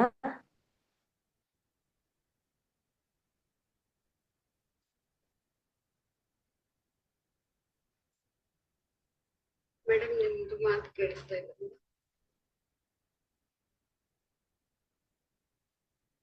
ನಾದ್ನಿ ಮಕ್ಕಳು ಕೇಳಿಸುತ್ರಿ? ಕೇಳಿಸ್ತಾ ಇದೆ. ಓಕೆ, ಸ್ಟಾಪ್ ಆಗಿತ್ತಾ ಮೇಡಮ್ ನಂದು? ಸ್ವಲ್ಪ ಒಂದು 2 ಸೆಕೆಂಡ್ಸ್. ಓಕೆ. ಒಂದು 55 ವಯಸ್ಸಿಗೆ ಏನು ಅನುಭವ ಆಗ್ಬೇಕಲ್ಲ, ನನಗೆ ಒಂದು 30-35 ವಯಸ್ಸಿಗೆನೆ ಮದುವೆಗಳನ್ನ ಮಾಡಿದೆ, ಡೆಲಿವರಿಗಳನ್ನ ಮಾಡಿದೆ, ಪ್ರತಿಯೊಂದು ಜಗಳ ಪಂಚಾಯತಿಗಳನ್ನ ಬಗೆಹರಿಸೋದು ಎಲ್ಲ ಮಾಡಿ ನಾನೇನ್ ಅನ್ಕೊಂಡಿದ್ದೆ ಅಂದ್ರೆ, ನನ್ನ ಗಂಡನ ಮನೆನೇ ನನ್ನ ಕಾರ್ಯಕ್ಷೇತ್ರ ಆಗಿತ್ತು. ತವ್ರ ಮನೆದು ಟೋಟಲಿ ನಾನು ತವ್ರ ಮನೆಗೆ ಹೋಗಿಲ್ಲ ಅನ್ಕೋಬಹುದು. ಒಂದು 1% ಹೋಗಿರ್ಬೋದು ಅಷ್ಟೇ. ಇಲ್ಲಿಯವರೇ ಒಡನಾಟ ಜಾಸ್ತಿ ಇತ್ತು. ಹಾಗಾಗಿ ಆ ಮದ್ವೆಗಳಲ್ಲಿ ಹಳೆ ಕಾಲದಲ್ಲಿ ಜಗಳಗಳಾಗ್ತಾವಲ್ಲ, ಆ ಜಗಳ ಆಗಿದ್ದಕ್ಕೆ ನಾನು 2 ಮಕ್ಕಳನ್ನು ಈ ನನ್ನ ಗಂಡ ಮನೆಯಲ್ಲೇ 2 ಮಕ್ಕಳು ಹುಟ್ಟಿದ್ದು. ಇದೇ ಕಾರ್ಯಕ್ಷೇತ್ರ ಆಗಿತ್ತು. ನಾನೇನ್ ಅನ್ಕೊಂಡಿದ್ದೆ, ಈ ಪ್ರಪಂಚ ಏನಿದೆಯಲ್ಲ, ನನ್ನ ಜಾಯಿಂಟ್ ಫ್ಯಾಮಿಲಿ ಪ್ರಪಂಚನೇ ನನ್ನ ಪ್ರಪಂಚ ಆಗೋಗಿತ್ತು. ಅದ್ಬಿಟ್ಟು ಬೇರೆ ಪ್ರಪಂಚ ಇರ್ಲಿಲ್ಲ. ಆದ್ರೆ 2000ದಲ್ಲಿ ಮಗಳು ಹುಟ್ಟಿದ್ದು, ಅಖಿಲ ಅಂತ. ನನ್ನ ಹಿಂದೆ ಕಾಣಿಸ್ತಾ ಇದೆಯಲ್ಲ, ಶ್ರೀ ಅಖಿಲ ಪಿರಮಿಡ್ ಅಂತ, ಆಕೆ ಹೆಸರಿಂದಾನೇ ಅದನ್ನ ಮಾಡಿರೋದು. ಆಕೆ ಹುಟ್ಟಿದಾಗ ಆಕೆಗೆ 2 ಕಣ್ಣಿನ ದೃಷ್ಟಿ ಇರ್ಲಿಲ್ಲ, ಬರೀ 1.5 kg ಮಾತ್ರ ಇದ್ಲು. ಅಲ್ಲಿಂದ ನನ್ನ ಸೆಕೆಂಡ್ ಇನ್ನಿಂಗ್ಸ್ ಅಂದ್ರೆ ಆ ಹೋರಾಟದ, ದುಃಖದ, ಕಷ್ಟದ, ಸಂಕಟದ 2ನೇ ಇನ್ನಿಂಗ್ಸ್ ಸ್ಟಾರ್ಟ್ ಆಯ್ತು. ಆ ಟೈಮಲ್ಲೇ ಬರೋರು, ಅಯ್ಯೋ ಹೆಣ್ಣುಡುಗಿರಿ ಪಾಪ, ಹೆಂಗ್ ಮಾಡ್ತಿದ್ರಿ, ಹೆಣ್ಣುಡುಗಿ ಕೆಲ್ಸ್ರಿ, ಬರೋದು ಮಾತಾಡೋದು, ಬರೋದು ಚುಚ್ಚಿ ಮಾತಾಡೋದು, ನನ್ನ ಎದುರಿಗೆ ಪೇಚಾಡೋರು, ಹೊರಗಡೆ ಹೋದ ತಕ್ಷಣ ಚುಚ್ಚಿ ಮಾತಾಡೋದು. ಅದು ಕಿವಿಗೆ ಬೀಳ್ತಾ ಇತ್ತು, ಬೇರೆಯವ್ರ ಮುಖಾಂತರ ತಿಳಿತಾ ಇತ್ತು. ಹೆಂಗಾಗ್ಬಿಟ್ಟೆ ಅಂದ್ರೆ, ನಾನು ಉಳಿಬಾರ್ದಪ್ಪ. ಬೇರೆಯವರು ಭವಿಷ್ಯ ಕೇಳಿದಾಗ, ಇಲ್ಲ ಈ ಮಗು ತನ್ನ 11ನೇ ವಯಸ್ಸು ತನಕ ಮೇಲೆ ಅಡ್ಡಾಡಂಗಿಲ್ಲ, ಈ ಹುಡುಗಿ 11 ವರ್ಷ ಆದ್ಮೇಲೆ ಈಕಿ ತನ್ನಷ್ಟಕ್ಕೆ ತಾನು ಎದ್ದು ಓಡಾಡ್ತಾಳೆ. ಅಲ್ಲಿ ಪೂರ್ತಿ ಮಿಕ್ಕಿ ಬಿಟ್ಟಿತ್ತು ನನಗಿನ್ನ. ಅಲ್ಲಿಗೆ ಅವಾಗ ಆಕಿಗೆ ಒಂದ್ 2-2.5-3 ವರ್ಷ ಇರ್ಬೇಕು ಅನ್ಕೊಂತೀನಿ. 2 ವರ್ಷ. ಅವಾಗ ನಾನು ಸತ್ತೋಗ್ಬಿಡ್ಬೇಕು, ಮಗುಗೂ ಸಾಯಿಸಿ ನಾನು ಸತ್ತೋಗ್ಬೇಕಂತ ಪ್ರಾಮಾಣಿಕವಾಗಿ ಹೇಳ್ತೀನಿ, ತೀರ್ಮಾನ ಮಾಡ್ಕೊಂಡ್ಬಿಟ್ಟಿದ್ದೆ. ಆಗ ಯಜಮಾನ್ರು ಹೇಳಿದ್ರು, ಬೇಡ ಲಲಿತಾ, ಈ ತರ ನಿರ್ಧಾರ ಮಾಡ್ಬೇಡ. ಯಾಕಂದ್ರೆ ಇರ್ಲಿ, ಆ ಪ್ರಪಂಚದ ಎಲ್ಲಾ ಮಕ್ಕಳು ABCD ಕಲಿತಾರ, ಅ, ಆ, ಇ ಕಲಿತಾರ, ಸಂಗೀತ ಕಲಿತಾರ. ಆದ್ರೆ ಈಕಿದಿನ್ನೂ ಬೇರೆ ಏನೋ ಐತೆ, ನಾನ್ ಸಪೋರ್ಟ್ ಮಾಡ್ತೀನಿ ನಿನಗ ಅಂತ ಅವ್ರು ನನಗೆ ಧೈರ್ಯ ತುಂಬಿದ್ರು. ಇವತ್ ಇಲ್ಲಿ ಒಂದ್ ವೇಳೆ ಇರ್ಲಿಲ್ಲ, ಅವ್ರ ಆ ರೀತಿ ಹೇಳಿರ್ಲಿಲ್ಲ ಅಂದ್ರೆ ನಿಮ್ಮ ಕಣ್ಮುಂದೆ ನಾನು ಇರ್ತಿರ್ಲಿಲ್ಲ. ಇವತ್ತು ನಾನು ಯಾರಂತ ಕೂಡ ಗೊತ್ತಿರ್ತಿರ್ಲಿಲ್ಲ, ಯಾರಿಗೂ ಗೊತ್ತಿರ್ತಿರ್ಲಿಲ್ಲ. ಮೋಸ್ಟ್ಲಿ ಆ ಕುಟುಂಬನೇ ಮರ್ತು ಹೋದಾಗ ಇನ್ನು ಸಮಾಜ ಬರೆಯ ದೊಡ್ಡದಾಗದಲ್ಲ, ಆ ರೀತಿ ಆಗ್ತಿತ್ತು. ನಿಜವಾಗಿಯೂ ಆ ಒಂದು ನಮ್ಮ ಮನೆಯವ್ರ ಸಪೋರ್ಟ್ ಇದ್ದಿದ್ದಕ್ಕೇನೆ ನಾನು ಇವತ್ತು ಲಲಿತಾ ನಾರಾಯಣ್ ವಗ್ಗ ಅಂದ್ರೆ ನನಗೆ ಒಂದು 5 ಕಂಟ್ರಿಗಳಿಂದ ನನಗೆ ಅಭಿಮಾನಿಗಳಿದ್ರೆ, ಅಲ್ಲೆಲ್ಲ ನನ್ನ ಪುಸ್ತಕವನ್ನು ತರಿಸಿ ಓದ್ತಾರ, ನನ್ನ ಸ್ಪೀಚ್ ಅನ್ನು ಕೇಳ್ತಾರ. ನನ್ನ ಭಾಗ್ಯ ಅನ್ಕೋತೀನಿ. ಅವಾಗ ನನಗೆ 2009ರಲ್ಲಿ ನನಗೆ ವಾಯ್ಸ್ ಬರ್ತಿತ್ತಲ್ಲ, ಆ ವಾಯ್ಸ್ ಮತ್ತೆ ಬಂತು, ಹುಡುಕು ಅಂತ ಬಂತು. ಹುಡುಕು ಅಂದ ತಕ್ಷಣ ನಾನು ಸ್ಟಾರ್ಟ್ ಮಾಡಿದೆ. ಒಂದು ತಡ ಮಾಡಲಿಲ್ಲ, ಲಕ್ಷಾಂತರ ರೂಪಾಯಿ ಇಟ್ಟೆ, ನನ್ನ ರಜೆಗಳನ್ನ ಹಾಕಿದೆ, ನನ್ನ ಶ್ರಮ ಎಲ್ಲವನ್ನ ಹಾಕಿ ನಾನು ಅನೇಕ ವಿದ್ಯೆಗಳನ್ನ ಕಲ್ತ್ಕೊಂಡೆ. Reiki, Karuna reiki, Usui reiki, ಮತ್ತೆ psychic surgery, angelic therapy, Mexican healing, Melchizedek technique, ಈ ತರದ ಎಷ್ಟೋ ವಿದ್ಯೆಗಳನ್ನ ಕಲ್ತ್ಕೊಂಡೆ. ಆದ್ರೆ ಒಳಗಡೆಯಿಂದ ಸಮಾಧಾನ ಇರ್ತಿರ್ಲಿಲ್ಲ. ನಾನು ಅದನ್ನೇನಾದ್ರೂ ಕಲ್ತ್ಕೊಂಡ್ ಬಂದು ಅದನ್ನ ಪ್ರಾಕ್ಟೀಸ್ ಮಾಡಕ್ ಕೂತ್ಕೊಂಡ್ರೆ ಇದು ಅಲ್ಲ ಅಂತ ಹೇಳ್ತಿತ್ತು, ಅಲ್ಲ ಅಂತ ಹೇಳ್ತಿತ್ತು. ನಂಗೆ ತಲೆ ಕೆಟ್ಟೋಗ್ಬಿಡ್ತು. ಹುಡುಕಂತಿದಿ, ಅಲ್ಲ ಅಂತಿದಿ, ಏನ್ ಮಾಡ್ಲಿ ಅಂತ ಕೇಳಿದಾಗ ನಾನು ರೇಖಿ ಕಲಿಯಕ್ಕೆ ಅಂತ ನಾನು ಬೆಂಗಳೂರಿಗೆ ಹೋಗಿದ್ದೆ. ಸೆಕೆಂಡ್ ಥರ್ಡ್ ರೇಖಿ ಕಲಿಯಕ್ಕೆ ಹೋದಾಗ ನನ್ನ ಫ್ರೆಂಡ್ ಒಬ್ರು ಪಿರಮಿಡ್ ವ್ಯಾಲಿ ಕರ್ಕೊಂಡು ಹೋದ್ರು. ಆ ಪಿರಮಿಡ್ ವ್ಯಾಲಿಗೆ ಹೋದಾಗ ನಾನು ಒಂದು ಅರ್ಧ ಗಂಟೆ ಕಿಂಗ್ಸ್ ಚೇಂಬರ್ ಕೂತ್ಕೊಂಡು ಧ್ಯಾನ ಮಾಡಿದೆ. ಆವಾಗ ನಾನು ವಾಪಸ್ ಬಂದ್ಮೇಲೆ ನಾನು ಒಂದು ಪಕ್ಷಿಯಾಗಿ ಆ ಪಿರಮಿಡ್ ಸುತ್ತ ಹಾರಾಡ್ತಾ ಇದ್ದೆ. ಒಳಗಡೆಯಿಂದ ಒಂದು ಬಂತ್ರಿ ರಿಸಿಪ್ಟ್, ನಾವು ಹೊಟ್ಟೆ ತುಂಬಿದಾಗ ತೇಗ್ ಬರುತ್ತಲ್ಲ, ಇದು ಫೈನಲ್ ಅಂತ ಹೇಳ್ಬಿಡ್ತು. ಅವತ್ತಿನಿಂದ ಇವತ್ತಿನ ತನಕ ಎಲ್ಲಿ ಯಾವ ತಿರುಗಿ ನೋಡಿಲ್ಲ. ಇದನ್ನೇ ಕಾರ್ಯಕ್ಷೇತ್ರ ಆಗಿ ಮಾಡಿಕೊಂಡು ಪಿತಾಮಹ ಪತ್ರಿಜಿಯವರ ದರ್ಶನದಿಂದ, ಕೇವಲ ದರ್ಶನ ಮಾತ್ರದಿಂದ ಕ್ಲೇಶ ಕಳೆವ ನಮ್ಮ ಅಂತ ಹೇಳಿದಾರಲ್ಲ ಡಾಕ್ಟರ್ ರಾಜ್ಕುಮಾರ್ ಅವರು, ರಾಘವೇಂದ್ರ ಸ್ವಾಮಿ ಅವ್ರದ್ದು, ಅವರ ದರ್ಶನ, ಅವರ ಆ ಒಂದು ಪಾದ ಸ್ಪರ್ಶದಿಂದ ಎಷ್ಟೋ ಜನ್ಮಗಳ ಕರ್ಮವನ್ನ ಕಳ್ಕೊಂಡೆ. ಅವ್ರನ್ನ ಫಸ್ಟ್ ಟೈಮ್ ನಾನು ನೋಡಿದ್ದು 2011ರಲ್ಲಿ. ನಾನು ಧ್ಯಾನ ಅವ್ರನ್ನ ನೋಡೇ ಇಲ್ಲ, ನಾನಿನ್ನು ಧ್ಯಾನ ಮನೆಯಲ್ಲೇ ನಾನು ಧ್ಯಾನ ಕೇಂದ್ರ ಮಾಡ್ಕೊಂಡ್ಬಿಟ್ಟೆ. ದಿನನಿತ್ಯ 50-60 ಜನರನ್ನ ಕರ್ಕೊಂಡ್ ಬಂದು ಸಾಮೂಹಿಕ ಧ್ಯಾನ ಮಾಡಿಸ್ತಾ ಇದ್ದೆ. ಧ್ಯಾನದ್ ಗೊತ್ತಾಗಿತ್ತು, ನಮ್ಮ ಪಕ್ಕದೂರವರು ಧ್ಯಾನ ಹಿಂಗ್ ಮಾಡ್ಬೇಕಂತ ಹೇಳಿದ್ರು, ಗೊತ್ತಾಗಿತ್ತು. ಪ್ರೇಮ್ನಾಥ್ ಸರ್ ಭೇಟಿ ಆಗಿದ್ರು, ಧ್ಯಾನ ಶುರು ಮಾಡ್ಬಿಟ್ಟೆ. ಪತ್ರಿಜಿ ಅವ್ರನ್ನ ಭೇಟಿ ಆಗ್ಬೇಕಂದ್ರೆ ನಾನು ಧ್ಯಾನ ಮಹಾಚಕ್ರ, ಆವಾಗ ಫಸ್ಟ್ ಧ್ಯಾನ ಮಹಾಚಕ್ರ ನಡೆದಿದ್ದು ವಿಶಾಖಪಟ್ಟಣಂ, ಅಂದ್ರೆ ಕೊಚ್ಚಿ, ಇದು ವಿಶಾಖಪಟ್ಟಣಂನಲ್ಲಿ ನಡೀತದ್ದು. ಅಲ್ಲಿ ನಾನು ಒಂದು 8-9 ದಿನ ಅಟೆಂಡ್ ಆಗಿದ್ದೆ. ಪತ್ರಿ ಸರ್ನ ಭೇಟಿ ಆಗ್ಬೇಕಂದಾಗ ಅದಕ್ಕೆ ಒಂದು ಮಾತು ಹೇಳಿದೆ, ಒಂದು ಶಿಷ್ಯ ತಯಾರಾಗೋ ತನಕ ಗುರು ಹಾಜರಾಗೋದಿಲ್ಲ. ನಾನು ಅಲ್ಲಿ 8-9 ದಿನ ಇದ್ರೂ ಕೂಡ ಗುರುಗಳ ಆ ಒಂದು ಇದ್ರಲ್ಲಿ ಆಸುಪಾಸಲ್ಲಿ ಇದ್ರೂ ಕೂಡ ಗುರುಗಳ ಭೇಟಿ ಆಗ್ಲಿಲ್ಲ. ದೂರದಿಂದ ನೋಡಿದೆ ಅವ್ರನ್ನ, ಹತ್ರಕ್ಕೋಗಿ ಒಂದು ಸೆಕೆಂಡ್ ತಗೊಳ್ಳೋ ಯೋಗ ನಂಗೆ ಬರ್ಲಿಲ್ಲ. ಯಾಕೆಂದ್ರೆ ನಾನು ನನ್ನ ಇನ್ನರಲ್ಲಿ ತಯಾರಾಗಿರ್ಲಿಲ್ಲ. ಅದಾದ 1 ತಿಂಗಳ 5 ದಿನ 2011 ಜನವರಿ ನಾನು ಅಲ್ಲಿಂದ ಹೊರಟ್ವಿ. ಫೆಬ್ರವರಿ 6ನೇ ತಾರೀಕು ಸರ್ನ ಅಲ್ಲಿ ನನ್ಗೆ ಯಾರು ಪರಿಚಯ ಮಾಡಿಸ್ಲಿಲ್ಲ, ಒಳಗಡೆಯಿಂದ ಒಂದು ಸ್ಟ್ರಾಂಗ್ ಆಗಿ ಬಂತ್ರಿ. ನನ್ನ ಪರಿಚಯ ಮಾಡಿಸ್ಲಿಲ್ಲಲ್ಲ, ನನ್ನ ಒಳಗಡೆ ಏನಾದ್ರೂ ಶಕ್ತಿ ಅದೇನು ಗೊತ್ತಿಲ್ಲ, ಶಕ್ತಿ ಗೊತ್ತಿಲ್ಲ, ಆತ್ಮ ಗೊತ್ತಿಲ್ಲ, ನನ್ನ ಒಳಗಡೆ ಏನಾದ್ರೂ ಇತ್ತು, ಏನಾದ್ರೂ ಎನರ್ಜಿ ಶಕ್ತಿ ಇದ್ರೆ ಗುರುಗಳೇ ಬಂದು ನನ್ನ ಭೇಟಿ ಆಗ್ಬೇಕು. ಯಾರ ಮೂಲಕ ನಾನು ಪರಿಚಯ ಆಗ್ಬಾರ್ದು, ಇದು ಲಲಿತಾ, ಇದು ಗಂಗಾವತಿಯಿಂದ ಬಂದೈತೆ ಅಂತ ಹೇಳ್ಬಾರ್ದು ನನಗೆ ಯಾರು ಅಂತ ಒಂದು ಸಂಕಲ್ಪ ಮಾಡಿದೆ ರೀ. ಆಮೇಲೆ ಆಧ್ಯಾತ್ಮಿಕತೆ ಅಂದ್ರೆ ನಾವೇನ್ ತಿಳ್ಕೊಂಡಿದ್ವಿ? ಪೂಜೆ ಪುನಸ್ಕಾರ ಮಾಡೋದು, ಅಭಿಷೇಕ ಮಾಡೋದು, ಪಾದ ಪೂಜೆ ಮಾಡೋದು, ಪ್ರವಚನಗಳನ್ನ ಕೇಳೋದು, ಮತ್ತೆ ಜಾತ್ರೆ ಹಬ್ಬ ಹರಿದಿನ ಮಾಡೋದು, ಇಷ್ಟೇ ಗೊತ್ತಿತ್ತು ನಮಗೆ. ನಾನು ಹಂಗೆ ಅನ್ಕೊಂಡಿದ್ದೆ ಆಧ್ಯಾತ್ಮಿಕತೆ ಅಂದ್ರೆ. ಆದ್ರೆ ನಾನು ಯಾವಾಗ ಧ್ಯಾನ ಮಾಚಕ್ರಕ್ಕೆ ಹೋದೆ, ಅಲ್ಲಿ ತಲೆ ಒಳಗಡೆ ಒಂದೂ ಕರಿ ಕೂದಲ ಇಲ್ದಂತಹ ವಯೋವೃದ್ಧರು, ಬೆನ್ನು ಬಾಗಿದವರು, ಮಾಸಲು ಬಟ್ಟೆ ಉಟ್ಕೊಂಡವರು, ಟಾಯ್ಲೆಟ್ ರೂಮ್ ಕ್ಲೀನ್ ಮಾಡೋರು, ಪ್ರತಿಯೊಬ್ಬರು ಒಂದೇ ಇದ್ರಲ್ಲಿ ಕೂತ್ಕೊಂಡು ಲಕ್ಷಣವಾಗಿ 3 ಗಂಟೆ ಧ್ಯಾನ ಮಾಡ್ತಾ ಇದ್ರು. ನಾನು ಅನ್ಕೊಂಡೆ,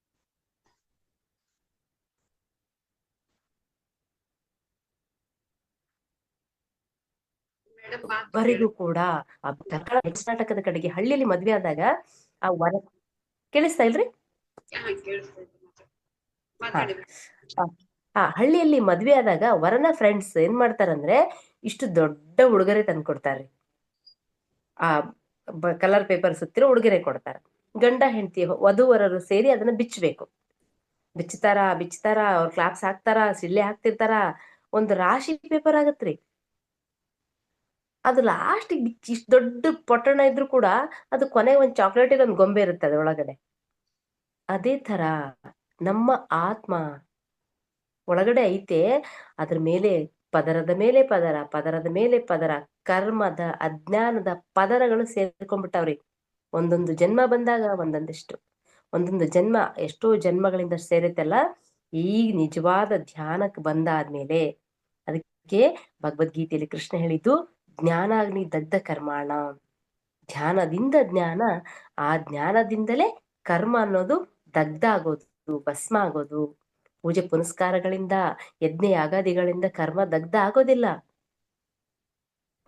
ಕೂತ್ಕೋಬೇಕು, ಸೈನ್ಸ್ ಪ್ರಕಾರ ಕೂತ್ಕೊಂಡು ಧ್ಯಾನ ಮಾಡೋದ್ರಿಂದ ನಮ್ಮ ಮನಸ್ಸು ಶೂನ್ಯ ಆದಾಗ ಬ್ರಹ್ಮರಂಧ್ರ ಓಪನ್ ಆಗಿ ಅಲ್ಲಿಂದ ಕಾಸ್ಮಿಕ್ ಎನರ್ಜಿ ಪ್ರವೇಶ ಆಗಿ ನಮ್ಮ ಸುಷುಮ್ನ ನಾಡಿಯಲ್ಲಿ ಪ್ರವೇಶ ಆಗುತ್ತಲ್ಲ, ನಮ್ಮ ಚಕ್ರಗಳಲ್ಲಿ ಅವಿತಿರ್ತಕ್ಕಂತಹ ಆ ಕರ್ಮಗಳ ಬ್ಯಾಲೆನ್ಸ್ ಏನಿರುತ್ತಲ್ಲ ಅದನ್ನ ದಗ್ಧ ಮಾಡತ್ರಿ.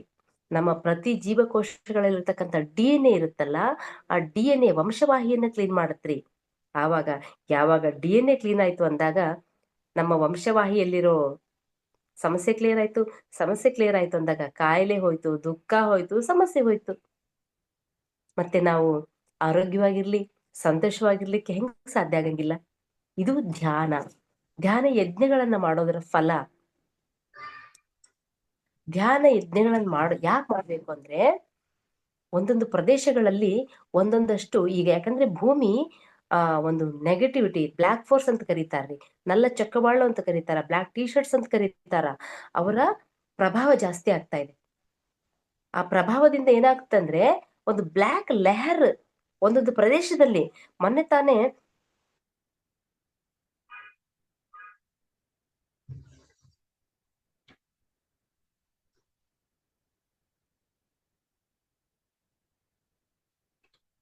ಮೇಡಮ್ ಮತ್ತೆ ಸೌಂಡ್ ಬಂದಾಯ್ತು ಮೇಡಮ್, ಮಾತು ಕೇಳಿಸ್ತಾ ಇಲ್ಲ.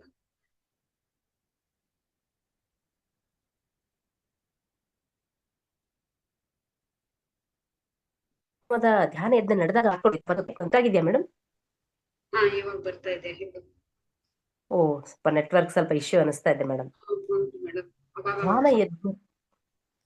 ಧ್ಯಾನ ಯಜ್ಞಗಳನ್ನ ಯಾಕೆ ಮಾಡೋ ಉದ್ದೇಶ ಏನಂದ್ರೆ, ಒಂದು ಸಂಕಲ್ಪವನ್ನು ಇಟ್ಕೊಂಡು ಒಂದಷ್ಟು ಜನ, ಸಾವಿರಾರು ಜನ, ಇದು ಎಸ್ಪೆಷಲಿ 1,44,000 ಜನ ಒಂದೇ ಸಂಕಲ್ಪವನ್ನು ಇಟ್ಕೊಂಡು ಧ್ಯಾನ ಮಾಡೋದ್ರಿಂದ ಭೂಮಿಯ ಮೇಲೆ ಒಂದು ಎನರ್ಜಿಯ ಗ್ರಿಡ್ ನಿರ್ಮಾಣ ಆಗತ್ರಿ. ಅದಕ್ಕಾಗಿ ಧ್ಯಾನ ಯಜ್ಞಗಳನ್ನ ಮಾಡೋದು. ಯಾಕಂದ್ರೆ ಎಲ್ಲರಿಗೂ ಇರೋದು ಒಂದೇ ಸಂಕಲ್ಪ ಇದ್ದಾಗ ಏನಾಗುತ್ತಂದ್ರೆ, ನೆಗೆಟಿವಿಟಿ ಅನ್ನೋದು, ಆ ಒಂದು ಕಪ್ಪು ಪದರಗಳನ್ನೋದು ಕಂಪ್ಲೀಟ್ ಕಿತ್ಕೊಂಡು ಹೋಗುತ್ತೆ. ನಾವು ಭೂಮಿಯನ್ನ ಉಳ್ಸಕ್ಕೆ ಬಂದವ್ರಿ ಪ್ರತಿಯೊಬ್ರು. ಹೆಂಗೆಂದ್ರೆ, ಈ ಭೂಮಿಯನ್ನ, ನಿರ್ಜೀವ ಭೂಮಿಯನ್ನ ನಮ್ಗೆ ಕೊಟ್ರು. ದಯವಿಟ್ಟು ಪುಸ್ತಕಗಳನ್ನ ಓದ್ಬೇಕು. ಆ ಭೂಮಿ ನಿರ್ಜೀವ ಕೊಟ್ಟಾಗ ನಿರ್ಜೀವವಾಗಿತ್ತು. ಆ ಭೂಮಿಗೆ ನಾವೆಲ್ಲರೂ ಕೂಡ ನಮ್ಮ ಚೈತನ್ಯದ ತುಣುಕನ್ನ ಕೊಟ್ವಿ. ಆವಾಗ ಆ ನಿರ್ಜೀವ ಭೂಮಿ ಏನಾಯ್ತು, ಭೂಮಿ ತಾಯಿ ಆಯ್ತು. ಅಂದ್ರೆ ಅದು ಒಂದು ವ್ಯಕ್ತಿ ತರ ವರ್ತಿಸ್ಲಿಕ್ಕೆ ಶುರು ಮಾಡ್ತು. ಅದಕ್ಕೊಂದು ಭೂಗ್ರಂಥ ಕೂಡ ತಯಾರಾಯ್ತು. ಯಾವಾಗ ನಮ್ಮ ಚೈತನ್ಯನೇ ಅಲ್ಲೈತಂದಾಗ, ನಾವು ಯಾವಾಗ ಅಜ್ಞಾನದಿಂದ ಹೊರಗೆ ಬರ್ತೀವಿ, ಕರ್ಮದಿಂದ ಆಚೆ ಬರ್ತೀವಿ, ನಮ್ಮ ಚಕ್ರಗಳನ್ನ ಆಕ್ಟಿವ್ ಮಾಡ್ಕೊಂತೀವಿ, ಭೂಮಿ ಕೂಡ ಅಸೆನ್ಷನ್ ಹಂತಕ್ಕೆ ಹೋಗುತ್ತೆ. ಭೂಮಿಯ ಅಸೆನ್ಷನ್, ನಮ್ಮ ಏಳ್ಗೆನೆ ಭೂಮಿಯ ಏಳ್ಗೆ, ನಮ್ಮ ಡೆವಲಪ್ಮೆಂಟೇ ಭೂಮಿಯ ಡೆವಲಪ್ಮೆಂಟ್. ಅದಕ್ಕೆ ನಾವು ಭೂಮಿಗೆ ಪರೋಕ್ಷವಾಗಿ ಭೂಮಿಯನ್ನ ಅಸೆನ್ಷನ್ಗೊಳಿಸ್ಲಿಕ್ಕೆ, ನಮ್ಮನ್ನ ಅಸೆನ್ಷನ್ಗೊಳಿಸ್ತಾ, ನಮ್ಮನ್ನ ಉದ್ಧಾರ ಮಾಡ್ಕೊಳ್ತಾ, ಆ ಭೂಮಿಯನ್ನ ಉದ್ಧರಿಸ್ಲಿಕ್ಕೆ ಬಂದಂತ ಒಂದೊಂದು ಲೋಕಗಳಿಂದ ಬಂದವ್ರಿ ನಾವು. ಅದಕ್ಕೆ ಪತ್ರಿಸರ್ ಯಾವಾಗ್ಲೂ ಹೇಳ್ತಿರ್ತಾರ, ದಿವಿ ನಿಂಚಿ ದಿಗಿ ವಚ್ಚಿನ ದೇವತುಲಾರ ದಿಗಜಾರಿ ವೆಳ್ಳಕಂಡಿ. ಎಸ್, ಆಧ್ಯಾತ್ಮಿಕತೆಯಲ್ಲಿ ಬಂದ ಮೇಲೆ ಕೂಡ ಒಂದೊಂದು ಅಹಂ ನಮ್ಮಲ್ಲಿ ಬರ್ದಿರಂಗೆ ನಾವು ನೋಡ್ಕೊಳ್ಳೋದು ನಮ್ ದೊಡ್ಡ ಜವಾಬ್ದಾರಿ. ಯಾಕಂದ್ರೆ ಒಂದು ನಾವು ಕೈಲಾಸ ಪಟ್ಟ ಅಂತ ಆಟ ಗೊತ್ತಿರ್ಬೋದು ಮೇಡಮ್ ತಮ್ಗೆ. ನಾವು ನಮ್ ಕಡೆ ಜಾಸ್ತಿ ಆಡ್ತಿದ್ವಿ. ದೊಡ್ಡದೊಂದು ಕ್ಯಾಲೆಂಡರ್ ತರ ಇರ್ತೈತೆ. ಹಾವು ಏಣಿ ಆಟ ಅಂತ ಕರೀತಾರ ಅದನ್ನ. ಕೈಲಾಸ ಪಟ್ಟ ಅಂತಿದ್ವಿ ನಾವು ಅದಕ್ಕೆ. ಅಲ್ಲಿ ಚಿಕ್ಕ ಹಾವು, ದೊಡ್ಡ ಹಾವು, ಮೀಡಿಯಂ ಹಾವು, ಮತ್ತೆ ಏಣಿ ಹತ್ತದ್ ಬಂದಾಗ ಏಣಿ ಹತ್ತೀವಿ, ಹಾವು ಕಡ್ಚಿದೆ ಕೆಳಗ್ ಬೀಳ್ತೀವಿ. ಆದ್ರೆ ನಾವ್ ಎಲ್ಲಾ ಸಾಧನೆ ಮಾಡಿ ಲಾಸ್ಟ್ ಒಂದ್ ಮನೆ ಉಳಿದಿರ್ತೈತ್ರಿ. ಅವಾಗ ಒಂದು ನಾವು ಹಾಕ್ತಕ್ಕಂತ ಡೈಸ್ ಚಕ್ಕಬಾರ ಹಾಕ್ತಿದ್ವಿ ನಾವು, ಅಥವಾ ಕಪ್ಪೆ ಚಿಪ್ಪಿಂದ ಆಡ್ತಿದ್ವಿ. ಹಾಕಿದಾಗ ಅದೇನಾದ್ರೂ ಹಾವಿನ ಬಾಯಿಗೆ ಬಿತ್ತು ಅಂದ್ರೆ ಸರ್ರಂತ ಕೆಳಗಿಳಿದ್ ಬರ್ತಿದ್ವಿ. ಈ ಸ್ಪಿರಿಚುಯಾಲಿಟಿ ಕೂಡ ಹಾಗೇನೆ. ಇಲ್ಲಿ ಏನಾದ್ರೂ ನಮ್ಮನ್ನ ಯಾರು ನೋಡ್ತಾ ಇಲ್ಲ, ನಾವು ಆಧ್ಯಾತ್ಮಿಕತೆಯಲ್ಲಿ ಬಂದ್ಬಿಟ್ಟಿವಿ, ನಮ್ಗೆ ಯಾರು ಏನು ಅನ್ನೋ ಹಾಗಿಲ್ಲ, ನಾವು ಬಂದೀವಿ ಏನಾದ್ರು ಮಾಡ್ಬಹುದು ಅಂತ ಏನಾದ್ರು ತಿಳ್ಕೊಂಡಿದ್ರೆ ನಮ್ಗೆ ನಾವು ಮತ್ತಿನ್ ಮೇಲೆ ಏಳಲಾರದಂತಹ ಪರಿಸ್ಥಿತಿ ಗ್ಯಾರಂಟಿ. ಅದಕ್ಕೆ ಆಧ್ಯಾತ್ಮಿಕತೆ ಅಂದ್ರೆ ಒಂದು ಮುಳ್ಳಿನ ಹಾದಿ. ಆ ಮುಳ್ಳಿನ ಹಾದಿಯನ್ನ ಸ್ವಲ್ಪ ಕ್ರಮಿಸೋಣ ನಾವು. ಧ್ಯಾನ ಅನ್ನೋದು ಒಂದು ಕನ್ನಡಿ ಇದ್ದಂಗೆ. ಆ ಕನ್ನಡಿಯಲ್ಲಿ ನಮ್ಮನ್ನ ನಾವು ನೋಡ್ಕೋತೀವಿ ಧ್ಯಾನ ಮಾಡುವಾಗ. ಅವಾಗ ನಮ್ಗೆ ಗೊತ್ತಾಗುತ್ತೆ ನಮಗ್ ಬರ್ತಕ್ಕಂಥ ಆಲೋಚನೆ ಎಂತಾವು, ನನ್ನಲ್ಲಿ ಏನಿದೆ, yes delete delete delete delete ಮಾಡಿದಾಗ ಏನಾಗುತ್ತೆ, ನೋಡ್ರಿ ನಮ್ಮಲ್ಲಿ ಗಿಡ ಸಣ್ಣದಿದ್ದಾಗ ಸೈಡ್ ಅದಕ್ಕೆ ಟೊಂಗಿ ಬೆಳೆದ್ರೆ ಅದನ್ನ ಕಟ್ ಮಾಡ್ತಾರ, ಅಂದ್ರೆ ಅದು ಚೆನ್ನಾಗಿ ಬೆಳಿಲಿ ಅಂತ. ಹಂಗೆ ನಮ್ಮ ಒಳಗಡೆ ಇರ್ತಕ್ಕಂಥ ಆ ಷಡ್ವರ್ಗಗಳು, ಇನ್ನೊಬ್ರಿಗೆ ನೋವು ಕೊಡ್ತಕ್ಕಂಥದ್ದು, ಇನ್ನೊಬ್ರಿಗೆ ತೊಂದರೆ ಕೊಡ್ತಕ್ಕಂಥದ್ದು, ಮಾನಸಿಕವಾಗಿ ಬರೀ ಹೊಡೆದಿಲ್ಲ ಬೈದಿಲ್ಲ ಅಂತಲ್ಲ, ಮಾನಸಿಕವಾಗಿ ಚುಚ್ಚೋದ್ರಿಂದ, ಮೋಸ ಮಾಡೋದ್ರಿಂದ, ಹರ್ಟ್ ಮಾಡೋದ್ರಿಂದ ಕೂಡ ಅಲ್ಲಿ ನಾವು ಅವ್ರಿಗೆ ಮೋಸ ಮಾಡ್ದಂಗೆನೆ. ಅದಕ್ಕೆ ಅದ್ಯಾವುದು ಆಗ್ದಂಗೆ ನಾನೇ ಪುಸ್ತಕ ಬರ್ದ್ಬಿಟ್ಟಿನಿ, ನಾನೇ ಇದನ್ನ ಧ್ಯಾನ ಪ್ರಚಾರ ಮಾಡ್ತಾ ಇದ್ದೀನಿ, ನಂತರ ಯಾರು ಇಲ್ಲ ಅನ್ನೋ ಯಾವುದು ಕೂಡ ನಮ್ಮಲ್ಲಿ ಬರ್ದಾರಂಗೆ ನಾವು ನೋಡ್ಕೋಬೇಕು. ಮೊನ್ನೆ ಒಂದು ಕೂಡಲ ಸಂಗಮದಲ್ಲಿ ಆ ಪಾಪು ಇನ್ಸ್ಟಾಗ್ರಾಮ್ ಅಲ್ಲಿ ಕಂಪ್ಲೀಟ್ ಫೇಮಸ್ ಆಯ್ತಲ್ಲ, ಅತ್ತಲಿತ್ತಲಿ ಹೋಗೋದಂತೆ ನನ್ನ ಹೆಳವನ್ನ ಮಾಡಯ್ಯ ತಂದೆ, ಸುತ್ತಿ ಸುಳಿದು ನೋಡದಂತೆ ಅಂಧಕನ ಮಾಡಯ್ಯ ತಂದೆ, ಮತ್ತೊಂದು ಕೇಳದಂತೆ ಕಿವುಡನ ಮಾಡಯ್ಯ ತಂದೆ ಅಂತ ಹೇಳ್ತಲ್ಲ, ಅದೇ ರೀತಿ ನಮ್ಮಲ್ಲಿ ಆ ಅಹಂಕಾರ ಸುಳಿಯದಂತೆ ನಮ್ಮನ್ನ ಸದಾ ಜಾಗೃತವಿರಿಸಯ್ಯ ತಂದೆ ಅಂತ ನಾವು ಕೇಳ್ಕೊಳ್ಳೋಣ. ನಮ್ಮೊಳಗಡೆ ಭಗವಂತ ನಮ್ಗೆ ಕನೆಕ್ಟ್ ಆಗ್ಬಿಟ್ಟಿದ್ದಾರೆ ಇವಾಗ. ಆತ್ಮಶಕ್ತಿಯನ್ನ ಬಳಸ್ಕೊಂಡು, ಯಾಕಂದ್ರೆ ಪ್ರಚಂಡವಾದ ಶಕ್ತಿ ಇದೆ ಒಳಗಡೆ, ಏನೆಲ್ಲ ಮಾಡ್ಬೋದು ನಾವು ಈ ಭೂಮಿಗಾಗಿ. ನಾವು ಒಂದಷ್ಟು ಕೆಲಸಗಳನ್ನ ಮಾಡೋಣ. ಮೇಡಮ್ ನಮ್ಗೆ ಸಮಯ ಆಯ್ತಾ madam? Okay, thank you madam. ಇಲ್ಲಿ ತನಕ ಒಂದು ದಿವ್ಯವಾದಂತ ಅವಕಾಶ. ಎಷ್ಟು ಹೇಳಿದ್ರು ಎಷ್ಟು ಮಾತಾಡಿದ್ರು ಕಮ್ಮಿನೇ ರೀ. ಅಷ್ಟೊಂದು ದಿವ್ಯವಾದಂತ ಆ ಒಂದು ರಾಯಲ್ ಪಾತಲ್ಲೇ ಇದ್ದೀವಿ, ರಾಜಮಾರ್ಗದಲ್ಲಿ ನಾವು ಬಂದ್ಬಿಟ್ಟಿದೀವಿ. ಅದಕ್ಕಾಗಿ ನಾವು ನಮ್ಮ ಜನ್ಮಕ್ಕೆ, ನಮ್ಮ ತಂದೆ ತಾಯಿಗಳಿಗೆ ನಾವು ಕೃತಜ್ಞರಾಗಿರೋಣ. Thank you madam, thank you. So much madam, ತುಂಬಾ ಅದ್ಭುತವಾಗಿ ನೀವು ತಿಳಿಸ್ಕೊಟ್ರು. ಆಧ್ಯಾತ್ಮಿಕದಲ್ಲಿ ಅಹಂಕಾರ ಅನ್ನೋದು ನಮಗೆ ಬಂದ್ರೆ ಹಾವಿ ಏಣಿ ತರ, ನಾವ್ ಎಷ್ಟೇ ಮೇಲೆ ಹೋದ್ರೂ ಕೂಡ ಮತ್ತೆ ಹಾವು ಬಚ್ಚತ್ತೆ, ಮತ್ತೆ ಕೆಳಗಡೆ ನಾವು ಬರ್ಲೇಬೇಕು. ಅಹಂಕಾರ ಅನ್ನೋದು ಇರ್ಬಾರ್ದು ಅಂತೇಳಿ, ಮತ್ತೆ ಸ್ವಾಧ್ಯಾಯ ಯೋಗದಲ್ಲಿ ಆ ಒಂದು ಬುಕ್ಸ್ ಓದೋದಿಕ್ಕೆ ನೀವು ಹೇಳಿದ್ರೆ, ಅದ್ರಲ್ಲಿ ತುಂಬಾ ಒಂದು ಆತ್ಮದ ನಾವು ಉತ್ತಮ ಸ್ಥಿತಿಗೆ ಹೇಗೆ ಹೋಗ್ಬೇಕು ಅಂತ ಹೇಳಿ ಅದನ್ನು ಕೂಡ ಅದ್ರಲ್ಲಿ ತುಂಬಾ ಅದ್ಭುತವಾಗಿ ಇದೆ ಅಂತ ಹೇಳಿ, ತುಂಬಾ ಒಂದು ನಿಮ್ಮ ಮಗಳದು ಒಂದು ಮಗುದು ಒಂದು ವಿಶೇಷ ಅದು ಏನು ಹೇಳಿದ್ರೆ ಅಂದ್ರೆ, ಆ ಮಗುಗೆ ಆ ಒಂದು ಸ್ಥಿತಿಯಲ್ಲಿ ಇರುವಂತ ಮಗು ಇವಾಗ ತುಂಬಾ ಅದ್ಭುತವಾಗಿ ಬದಲಾವಣೆ ಆಗಿದೆ. ಎಲ್ಲಾ A to Z ಎಲ್ಲಾ ಕೆಲಸನೂ ಕೂಡ ಆ ಮಗು ನೋಡ್ಕೊಳ್ಳುತ್ತೆ ಅಂತ. ಎಷ್ಟು ಬದಲಾವಣೆ ಆಯ್ತು ನಿಮ್ಮ ಜೀವನದಲ್ಲಿ ಧ್ಯಾನದಿಂದ. ಅದೇ ಧ್ಯಾನದ ಮೊದ್ಲು ನಿಮ್ಮ ಜೀವನ ಯಾವ ರೀತಿ ದುಃಖ ಇತ್ತು, ಆ ಮಗುಗೋಸ್ಕರ ಅಳ್ತಾ ಇದ್ರಿ, ದುಃಖ ಪಡ್ತಾ ಇದ್ರಿ, ಬಾತ್ರೂಮ್ ಹೋಗಿ ಒಬ್ರೇ ಅಳ್ತಾ ಇದ್ರಿ, ಆ ರೀತಿ ಇದ್ದಂತಹ ಪರಿಸ್ಥಿತಿಯನ್ನ ನಿಮ್ಮ ಒಂದು ಧ್ಯಾನದಿಂದ ಎಷ್ಟೊಂದು ಬದಲಾವಣೆ ತಂದ್ಕೊಟ್ರಿ. ಮತ್ತೆ ಹನುಮಸಾಗರ ಅನ್ನೋದು ನಿಮ್ದು ಹುಟ್ಟು, ಅಲ್ಲಿ ಬೆಳೆದಂತಹ ಊರು ಅಂತ ಹೇಳಿದ್ರಿ. ಮತ್ತೆ ನೀವು ಇನ್ನೊಂದು ಏನ್ ಹೇಳಿದ್ರೆ ಅಂದ್ರೆ, ಕರಿಸಿದ್ದೇಶ್ವರ ಮಠದಲ್ಲಿ ನಾವು ಆಡ್ತಾ ಇದ್ವಿ, ಅಲ್ಲಿ ನಾವು ತುಂಬಾ ಆಡಿದ್ವಿ, ಅಲ್ಲೇನೆ ನಮ್ಗೆ ಇನ್ನರ್ ವಾಯ್ಸ್ ಬರ್ತಾ ಇತ್ತು ಅಂತ ಹೇಳಿ ಅದ ಹೇಳಿದ್ವಿ. ಮತ್ತೆ ಅಲ್ಲಿ ಇವಾಗ ನಾವು ಅಲ್ಲಿ ಧ್ಯಾನ ಮಾಡ್ತಾ ಇರೋದು ಅಲ್ಲಿ ಕರಿಸಿದ್ದೇಶ್ವರ ಒಂದು ಅಲ್ಲೇನೆ ಮಾಡ್ತಾ ಇದ್ದೀವಿ. ಅಲ್ಲಿ ಎಲ್ರು ಕೂಡ ನಿಮ್ಮ ಒಂದು ಕುಟುಂಬ ಪರಿವಾರ ಜೊತೆಗೆ ನಿಮ್ಮ ಒಂದು ಆಧ್ಯಾತ್ಮಿಕ ಒಂದು ಕುಟುಂಬದವರನ್ನು ಕೂಡ ಕರ್ಕೊಂಡು ಬರ್ಬೇಕು ಅಂತ ಹೇಳಿ ನಾನು ವಿನಂತಿಸ್ಕೊಳ್ತಾ ಇದ್ದೀನಿ. ಥ್ಯಾಂಕ್ ಯು ಮೇಡಮ್, ತುಂಬಾ ಒಂದು ಅದ್ಭುತವಾಗಿ ವಿಷಯವನ್ನ ತಿಳಿಸಿದ್ರಿ. ಧ್ಯಾನ ಯಜ್ಞ ಅಂದ್ರೆ ಏನು, ಅಂದ್ರೆ ಅಲ್ಲಿ ಎಲ್ಲಿ ನೆಗೆಟಿವ್ ಇರತ್ತೆ, ಇಂಥ ಯಜ್ಞಗಳಿಂದ ಅದು ಏನೋ ಆ ಪದರುಗಳನ್ನ ಇರತ್ತೆ, ಅದನ್ನ ಎಲ್ಲವನ್ನು ಕೂಡ ಅದು ಪಾಸಿಟಿವ್ ಆಗಿ, ಅಂದ್ರೆ ಆ ಒಂದು ಧ್ಯಾನದ ಶಕ್ತಿಯಿಂದ ಆ ತರಂಗಗಳು ಹರಡ್ಕೊಳ್ಳೋದ್ರಿಂದ ಅಲ್ಲಿ ಒಳ್ಳೆ ವಾತಾವರಣ ಸೃಷ್ಟಿ ಆಗತ್ತೆ ಅಂತೇಳಿ ತುಂಬಾ ಅದ್ಭುತವಾಗಿ ವಿವರಿಸಿದ್ರಿ. Thank you madam, thank you so much. ಇಷ್ಟೊಂದು ಅದ್ಭುತವಾದಂತ ವಿಷಯವನ್ನ ನಿಮ್ಮ ಅನುಭವ ಕೇಳ್ತಾ ಇದ್ದೆ ಸ್ವಲ್ಪ ಸ್ವಲ್ಪ ಸ್ವಲ್ಪ, ಆದ್ರೆ ಇವತ್ತು ನಾನು ತುಂಬಾ ಈ ರೀತಿ ಎಲ್ಲೋ ಒಂದ್ ಕಡೆ ಕೇಳಿದ್ದೆ ಈ ರೀತಿ ತುಂಬಾ ಮಗುದು ಒಂದು ಅನುಭವ, ಅದು ಪೂರ್ತಿಯಾಗಿ ಕೇಳಿರ್ಲಿಲ್ಲ. ಇವತ್ತು ಕೇಳ್ದೆ ಇಷ್ಟೊಂದು ಆ ಒಂದು ಸ್ಥಿತಿಯಲ್ಲಿ ಇರೋರು ಧ್ಯಾನದಿಂದ ಇಷ್ಟೊಂದು ಬದಲಾವಣೆ ಆಯ್ತು ಅಂತ ಹೇಳಿ.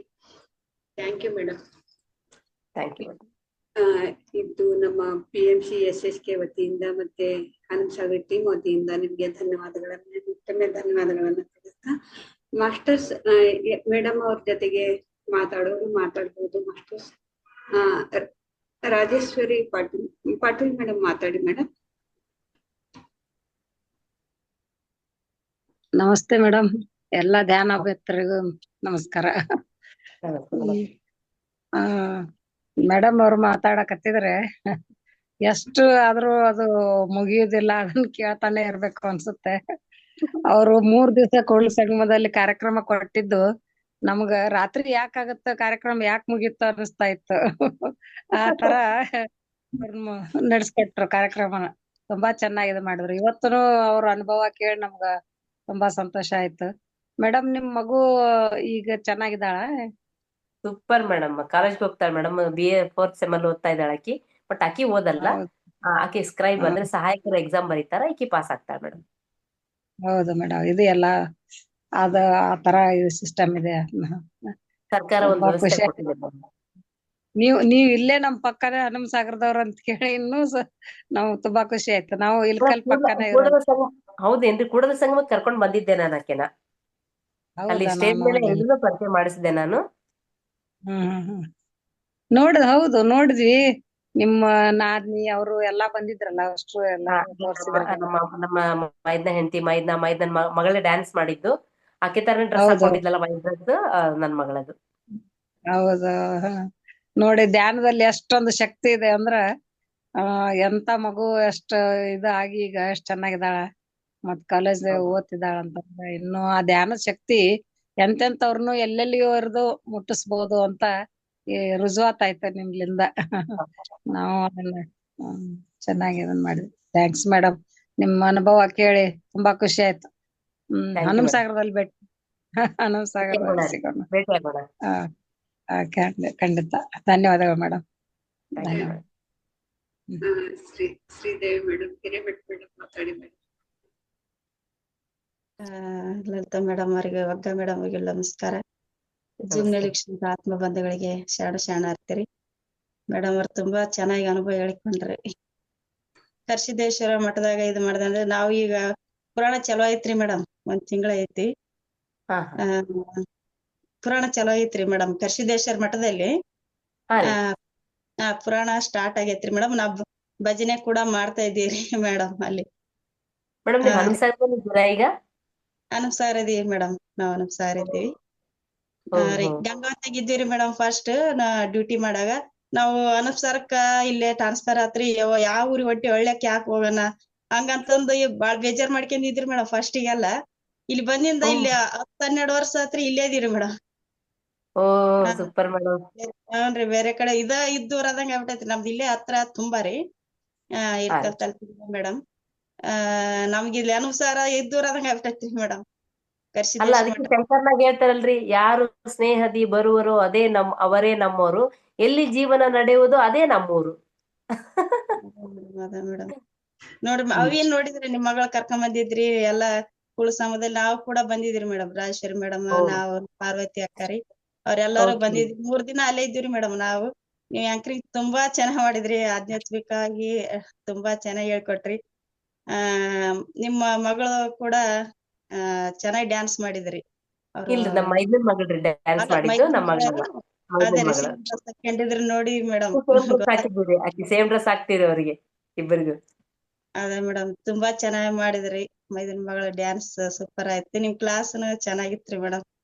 ಬರ್ರಿ thank you madam madam. Miss ಮಾಡ್ಬಿಡ್ರಿ ಒಟ್ಟ ನಿಮ್ಮ ಬರ್ತೀನಿ ಮೇಡಮ್. ಮೊದ್ಲು ಯಾವಾಗ ಬರ್ತಪ್ಪ 16 ತಾರೀಕು ಯಾವಾಗ ಬಳಕರ್ತಿದ ಕಾಯ್ಕೊಂಡ್ ಕುಂತಿದ್ದೆ ನಾನೀಗ. ಬರ್ರಿ ಮೇಡಮ್ ಬರ್ರಿ, ನಿಮ್ಗಾಗಿ ನಾವ್ ಕಾಯಕತ್ತೀವ್ರಿ. ತುಂಬಾ ಚೆನ್ನಾಗಿ ಹೇಳ್ಕೊಟ್ರಿ ಮೇಡಮ್ ಕ್ಲಾಸ್. Thank you. ಯಾವಾಗ್ಲೂ ನೀವು ನಮ್ಗೆ ಹೇಳ್ತಾ ಇರ್ಬೇಕು ದೊಡ್ಡ ಮಾಸ್ಟರ್ಸ್. ರೀ ಎಸ್ ಮೇಡಮ್. ಬರ್ರಿ ಮೇಡಮ್ ಬರ್ರಿ okay. Thank you madam. Thank Drakshayani madam ಮಾತಾಡ್ತೀರಾ ಮೇಡಮ್ ಜೊತೆಗೆ? ಮಾತಾಡಿ ಮೇಡಮ್.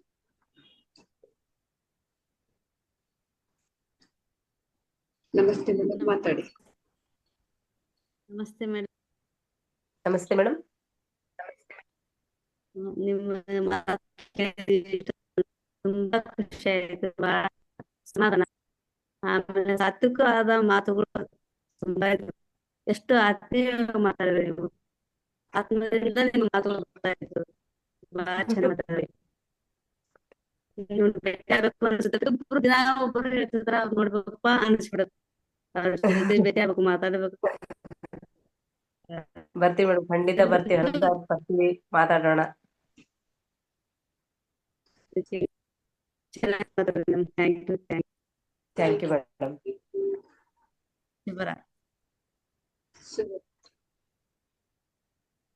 ಲಲಿತಾ ಮೇಡಮ್ ನಮಸ್ತೆ. ನಮಸ್ತೆ ಮೇಡಮ್. ನಮಸ್ತೆ. ಓಕೆ. ಹರಿ ಮೇಡಮ್ ನಮಸ್ತೆ. ನಮಸ್ತೆ ಸರ್. ಎಲ್ಲ ಧ್ಯಾನಬಂದಿಗಳಿಗೂ ನಮಸ್ಕಾರ. ಹಾಗೂ ಸಾಗರ ಟೀಮ್ ವತಿಯಿಂದ ಹಾಗೂ ನಮ್ಮ ಮಾಸ್ಟರ್ ಲಲಿತಾ ಪವಾರ್ ಅವರ ಮಾರ್ಗದರ್ಶನದಲ್ಲಿ ನಡೀತಾ ಇದೆ. ಹಾಗೂ SSK ಗ್ರೂಪ್ನಿಂದ ತಮಗೆ ತುಂಬ ಹೃದಯದ ಧನ್ಯವಾದಗಳು ಮೇಡಮ್. ಇವತ್ತು ತುಂಬಾ ಗ್ರೂಪ್ ಅಲ್ಲಿ ಬಂದು ನಿಮ್ಮ ಅನುಭವವನ್ನ ಹಂಚಿಕೊಂಡ್ರಿ. ನಿಮ್ಮ ಅನುಭವ ತುಂಬಾ ಅದ್ಭುತವಾಗಿತ್ತು. ನಾ ಕೇಳ್ಬೇಕು ಅನಿಸ್ತಾ ಇತ್ತು ಮೇಡಮ್. ಅದು ಹನಮಸಾಗರದಲ್ಲೇ ನೀವು ಹುಟ್ಟಿದ ಊರು ಅಂದ್ರೆ ಬಹಳ ಸಂತೋಷ ಆಯ್ತು ನಮಗೆ. ತಪ್ಪೆ ಬನ್ನಿ ಮೇಡಮ್. ಅದೇ ಕರ್ಸಿದ್ದೇಶ್ವರ ಮಠದ ನಾನು ಏಕನಾಥ್ ಅಂತ ನಾನು ಹನುಮಸಾಗರದಲ್ಲೇ ಇರೋದು. ಕನ್ನಡಪ್ರಭ ರಿಪೋರ್ಟಿಂಗ್ ಮಾಡ್ತೀನಿ ಮೇಡಮ್ ನಾನು. ಹೌದಾ ಸರ್? ಭೇಟಿ ಆಗಿದ್ದೀನಿ ಮೇಡಮ್. ಬಸ್ ಸ್ಟ್ಯಾಂಡ್ ಹತ್ರ ಒಂದು ನಾಗೂರ್ ಅವ್ರದ್ದು ಒಂದು ಗೋಡೌನ್ ಐತಲ್ಲ ಸರ್? ಇದೆ ರೀ ಮೇಡಮ್. ಆ ಗೋಡೌನ್ ಹಿಂದೆ ಒಂದ್ ಮನೆ ಬಿದ್ದೋಗಿರೋ ಮನೆ ಐತ್ ನೋಡ್ರಿ ಸರ್. ಹಾ ಅದೇ ಸರ್, ನಾವು ಹುಟ್ಟಿ ಬೆಳೆದಿರೋ ಮನೆ ಅದೇ ಸರ್. ಇವಾಗ ಅಲ್ಲೆಲ್ಲ ಅದು ಒಂಥರ ಕೊರ್ಸಲ್ ಓಣಿ ಅಂತಾರಲ್ಲ ಸರ್, ಅವರು ತಮ್ಮ ದೇವಸ್ಥಾನಕ್ಕೆ ಕಟ್ತೀವಂತ. ಕೊರ್ಸಲ್ ಹೌದು, ಓಣಿನೇ ಅದನ್ನ ಇದೆ ಮೇಡಮ್ ಅದು. ಹೌದು ಸರ್. ಅದೇ ಸರ್ ನಮ್ಮ ಮನೆ. ಯಾರು ಇಲ್ಲ ಸರ್. ಅದೇ ಮಠದಲ್ಲೇ ಕಾರ್ಯಕ್ರಮ. ರಾಜೇಂದ್ರ ಪಂತ್ ಸರ್ ನಮ್ಮ ಪೊಲಿಟಿಕಲ್ ಸೈನ್ಸ್ ಲೆಕ್ಚರ್ ಆಗಿದ್ರು ಸರ್. ಆಮೇಲೆ ಬಸವರಾಜ್ ಕುರಿ ಸರ್ ನಮ್ಮ ಕನ್ನಡ ಲೆಕ್ಚರರ್. ಪಂತ್ ಸರ್ ಇದ್ದಾರೆ ಮೇಡಮ್, ಬರ್ತಾರೆ ಅವರು. ಪಂತ್ ಹೌದು ಸರ್, ನಾನು ಒಂದ್ಸಲ ಮೀಟ್ ಆಗಿನಿ ಸರ್. ಒಂದು 3 ವರ್ಷ ಕೆಳಗೆ ಬಂದಿದ್ದೆ ಅಲ್ಲಿಗೆ. ಆ ಸರ್ ನ ಮೀಟ್ ಆದೆ ನಾನು. ಬರ್ತಾರೆ ಸರ್. ಅವ್ರಿಗೆ ಇನ್ವೈಟ್ ಮಾಡಿದೀವಿ. ಬರ್ತಾರೆ ಮೇಡಮ್, ಅವರು ಬರ್ತಾರೆ. ಇಲ್ಲೇ ಮಠದಲ್ಲಿಯೇ ಕಾರ್ಯಕ್ರಮ ಹಮ್ಮಿಕೊಂಡಿದ್ದೀರಿ. ಹಾ ಸರ್, ನಾನು ಆಡಿ ಬೆಳೆದಿರೋದೆಲ್ಲ ನೆನಪಾಯ್ತು ಸರ್. ಆ ಕರಸಿದ್ದೇಶ್ವರ ಮಠದಲ್ಲಿ ಚಂದ್ರಶೇಖರ್ ಸರ್ ಅಂತ ಇದ್ರು ಸರ್. ಅವ್ರ ಮಗಳು ಕಸ್ತೂರಿ ಅಂತ ನನ್ನ ಕ್ಲಾಸ್ಮೇಟ್. ಆಮೇಲೆ ಗುರುಕೋಟಿ ಅವರು, ಆಮೇಲೆ ಇಂದಿರಾ ತುಂಗ, ಕಟ್ಟಿ ಅವರು, ಅವರೆಲ್ಲ ನಮ್ ಕ್ಲಾಸ್ಮೇಟ್ಸ್ ಇದ್ರು. ಅಲ್ಲೆಲ್ಲ ಬಹಳ ಆಟ ಆಡಿವಿ ಸರ್.